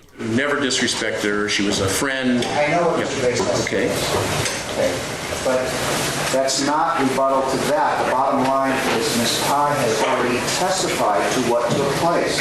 Does she have something new or to explain something she didn't testify to? Just because Mr. Bay has said, and by the way, I hope everyone realizes there's more than one explanation where they both could be telling the truth about this incident. I assume that everyone recognizes that. Somebody may be lying, they may not be, or they both may be telling the truth. It's a simple explanation, but the question, begging the question of what is Ms. Pi going to change or add that she has not testified to?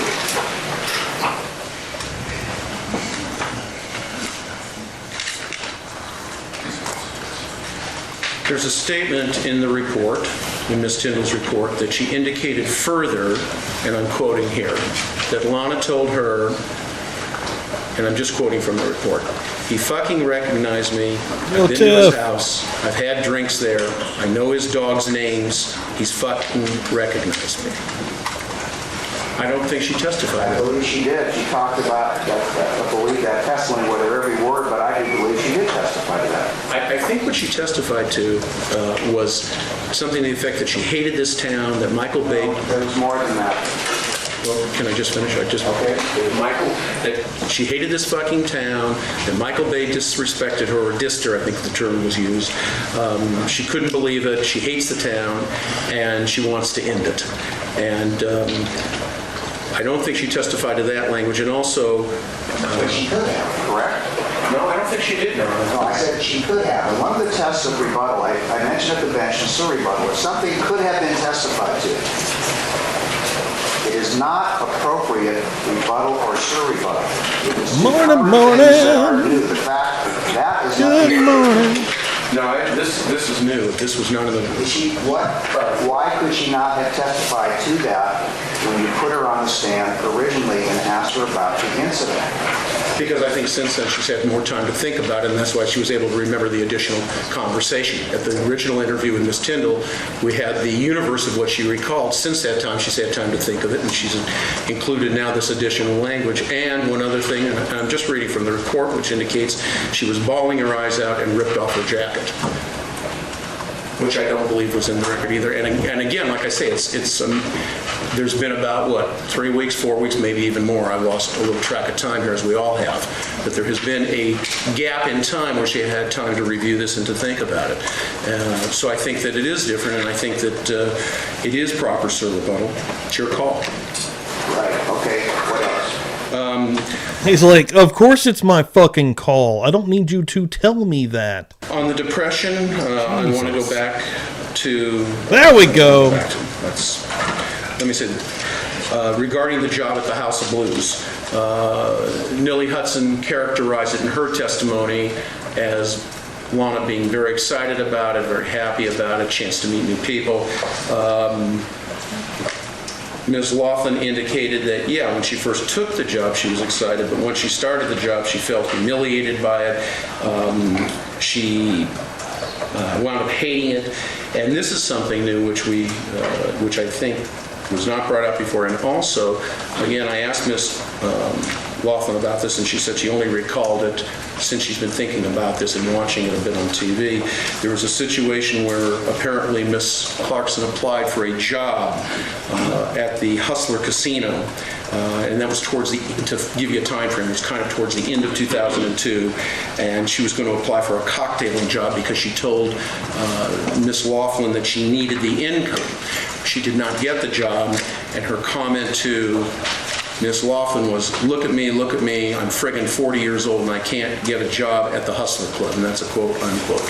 And that, of course, I think clearly contradicts what Ms. Hudson said in terms of her frame of mind and her feelings about her job at the House of Blues. Additionally, Ms. Hudson has indicated in her testimony that she was extremely optimistic, that she was happy, that she was pleased with her career, she was making a change. She moved from, I guess, a less visual type of career to a more comedic type of career, and Ms. Laughlin indicates that that isn't the case, that although she recognizes that all she wanted out of life was stardom, career success, and celebrity, that at this particular time, that isn't true, that she was at the lowest that she'd ever seen her in her whole life, and she'd known her, 10 years at that point, that she would keep a stiff upper lip. Specifically, in fact, those terms, that's all been testified to previously. Okay. It's just repeating testimony that's already taken place.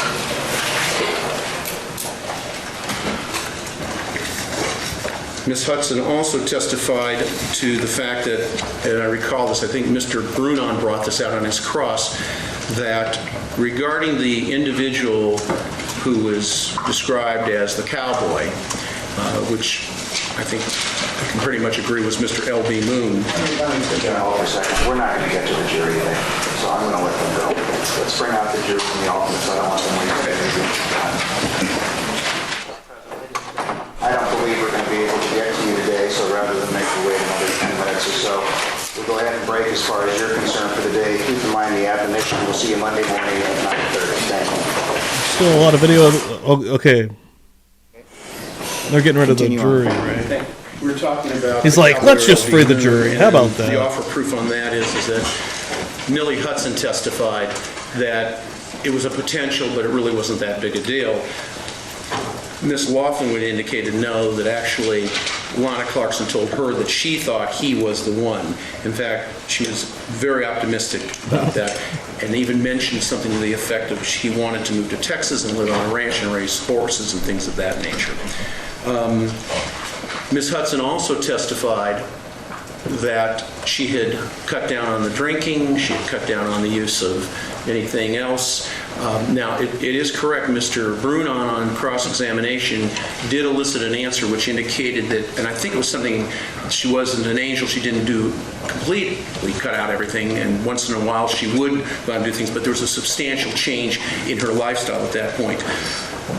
I would offer and proffer to the court that Ms. Laughlin would indicate They gotta be brothers. that at that time she was using Vicodin, she was using Gotta be alcohol. brothers. She observed her to use cocaine a couple of times. She was using drugs and drinking more than ever before that she had seen in her life. And on the last page, I don't think the issue about the ghost or the agent is appropriate for Sir rebuttal, but I do think the other part, which I think this was discussed either by Mr. Bay or Ms. Hudson, I'm not sure, about the purse. She would indicate that she, meaning Ms. Laughlin, that Lana Clarkson did not like to part with her purse. She had to have it with her in terms of sight or on her arm at all times, and she wanted to have control of the purse. Those are the offers. Okay, thank you. I'll hear from the people.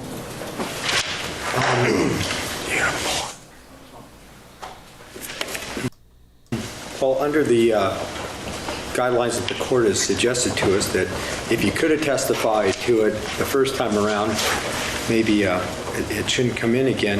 It seems to me, starting at the beginning, that the events Pop it. of the year 2002, 2003 that Mr. Rosen outlined fall into that category. There was a long foundation the first time Ms. Pye testified as to their basis of their friendship, and this easily could have been gone into. It's not new news. It happened a long time ago, and it seems to me that testimony falls into that category. I understand the court's ruling on the Christmas card. That's fine. Regarding the Jeff Franklin visit, I think Mr. Rosen really answered this when he said we were going to revisit it. It seems to me that that was testified to, that incident at the Jeff Franklin party was testified to at length by Ms. Pye, and all the nuances of it that, at least I recall, that he said were already testified to, except for, I don't actually remember the jacket, in all honesty, but everything else I think has already been testified to. And I think the same thing applies to the House of Blues in Depression. That's why Pumpkin Pie apparently testified. And she talked, at least as I recall, at length about the House of Blues job and how it was corporate and how Lana Clarkson was so upset, allegedly, or supposedly. Yo, low light coming through for me this morning. Put me on the wheel of death. You got it, low light. $5 holler. Baby, I got your money. Don't you worry. Cause my sound effects are broken. Low light, I got you, man. Thank you so much. Seriously, I appreciate the hell out of that.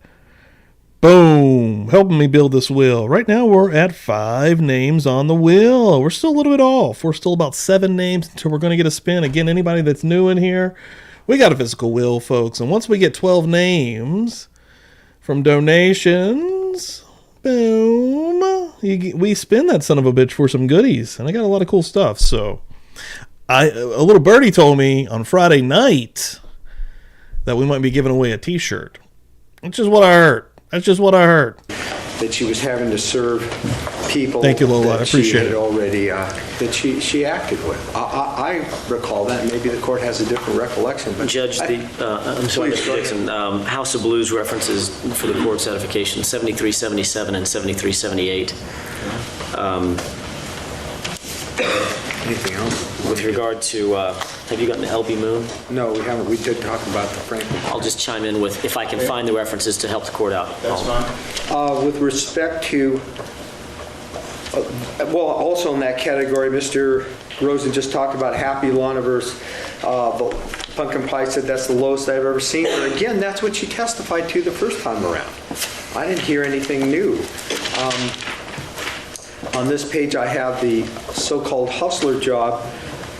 I don't remember that we presented anything in our 7 witnesses, and only 7 witnesses in rebuttal, that really brings up that issue. I don't think we ever presented any evidence to make it appear that Lana Clarkson, at or near the time of her death, was flush with money, or had lots of money, or had no reason to work at the House of Blues and take that job or take any other job. I don't think we said anything about that. In fact, I just don't think we addressed that, so I don't think it's proper rebuttal. And again, my recollection, it may be a little fuzzy on this, is with respect to the Cowboy Moon issue, is that that's already been testified to, and I think Mr. Jackson has a cite for us on that. 7370 and 7371. And again, the drinking, non-drinking, what she was doing, again, I think that was covered at length by Pumpkin Pie. Anything else? Well, if Mr. Rosen was talking about the drinking as well as Vicodin and other drugs, that was extensively testified to around 73, 75.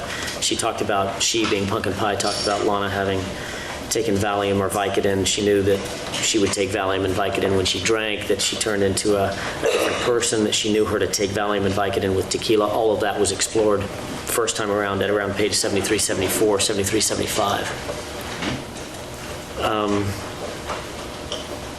And what was the other thing? Something about a purse? Oh, the purse. There was that Lana Clarkson, there's going to be testimony that Lana Clarkson's from Pumpkin Pie or Happen custom was to carry her purse with her? Yes. My recollection, and maybe I'm wrong, but my recollection was the only people that brought that up, unless I'm incorrect about this, the only people that brought that up was people in the defense case in chief saying she didn't like to be away from her purse.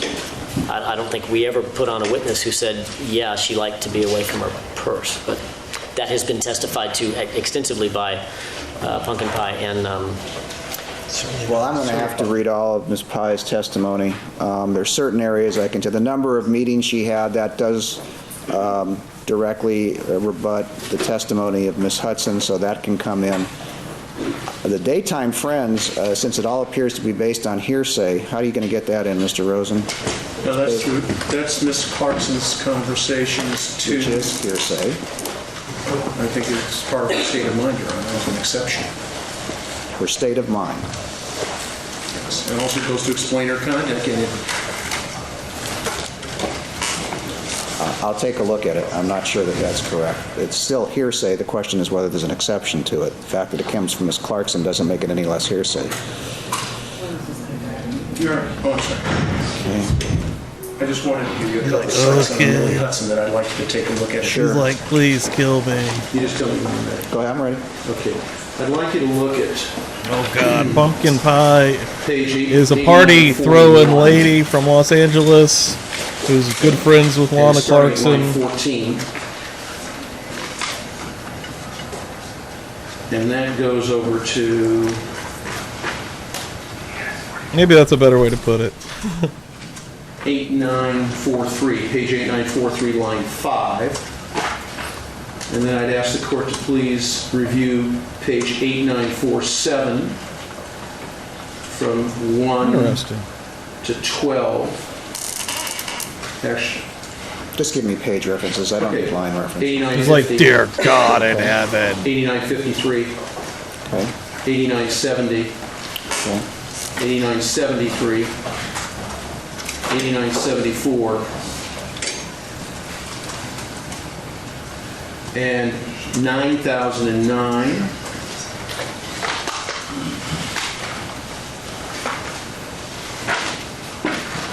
Okay. Thank you. Okay. Now, yes.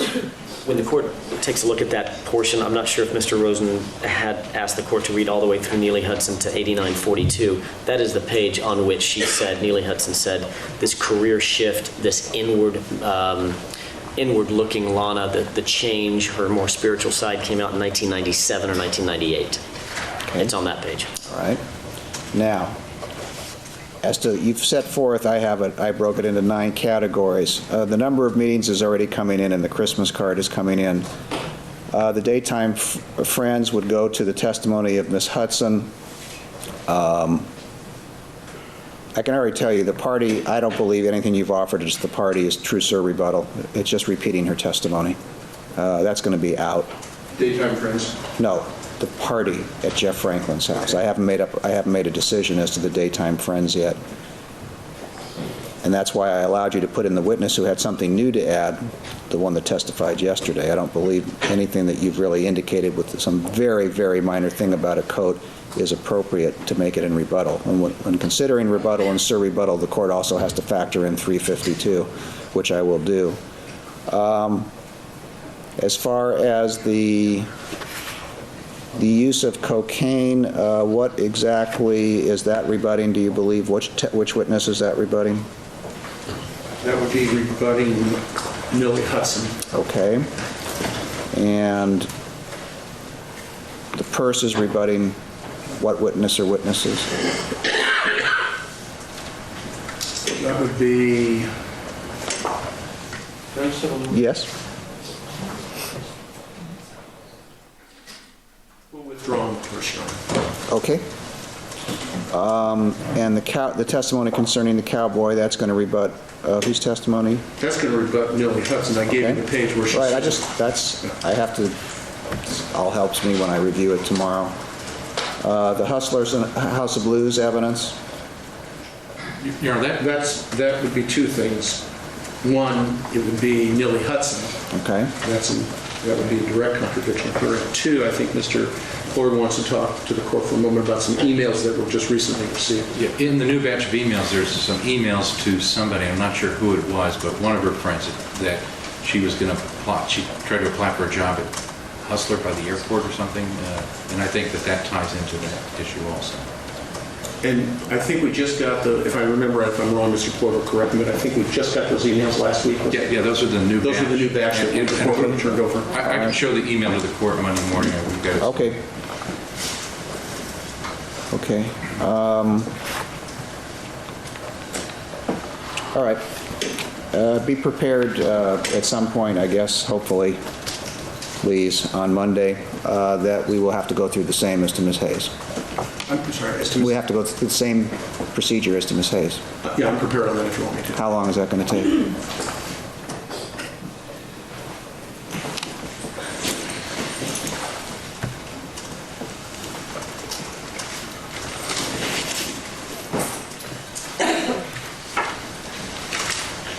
How long? With the responses from the government, I'd say 15 minutes maybe. Well, we'll have to do it sometime, hopefully on Monday. Okay. All right? Yeah, you can tell everyone. Yes, why don't you Everyone. come in Monday at Well, the 9:15? judge is trying to get to the Okay. weekend. How about Thank you. that? All right. Where are we See going you. Thank next? you. Out of interest. Interested. Ooh, a long one. 141. 2 of Lana Clarkson's friends are recalled to the stand. Oh, we get Pumpkin Laughlin back and Jennifer Hayes Rydell. So we get 2 in an hour 41, and we will start that maybe next Sunday because, I don't think I know I'm not going to be doing anything this Tuesday, and Thursday I probably won't be either because I'll be traveling, but keep an eye on Thursday. I don't know. I might get a wild hair and go on Friday or Thursday, excuse me. But today is not finished. In 3.5 hours, we are going to be live right here again with Jack from Never a Truer Word. If you're not following Jack, you should be. He does a lot of really cool content where he analyzes the words, the language of people, and we've had one part in the live section. If you go and check it out, if you want to prepare for this, part 1 of the Ted Bundy's last interview. Jack breaking down the words of Ted Bundy right before he was executed. Super interesting. Part 2, 3 Eastern today. I'm going to be sending you out of this live directly into that one. So prepare. When you get over there, hit a like. That'd help me out. And then other than that, I've got some other stuff happening on the second channel on Wrestle Plunge.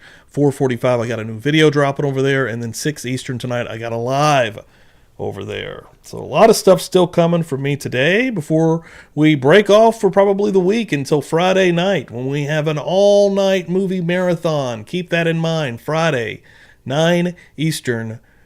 Boom. Brandy Churchwell will be the first guest of the night on here. And I'm going to try to get a movie that we can watch right here on YouTube before we go over to Kick and see how many people I can pull in here. We'll see. We'll see how it works out. But tonight has been interesting. It's been this morning's been interesting. It's been a great morning. I appreciate everyone for coming through. Hope everyone had a great 4th. And yeah, come back through for 3 Eastern with Jack. Let's go. Boom. Love you guys.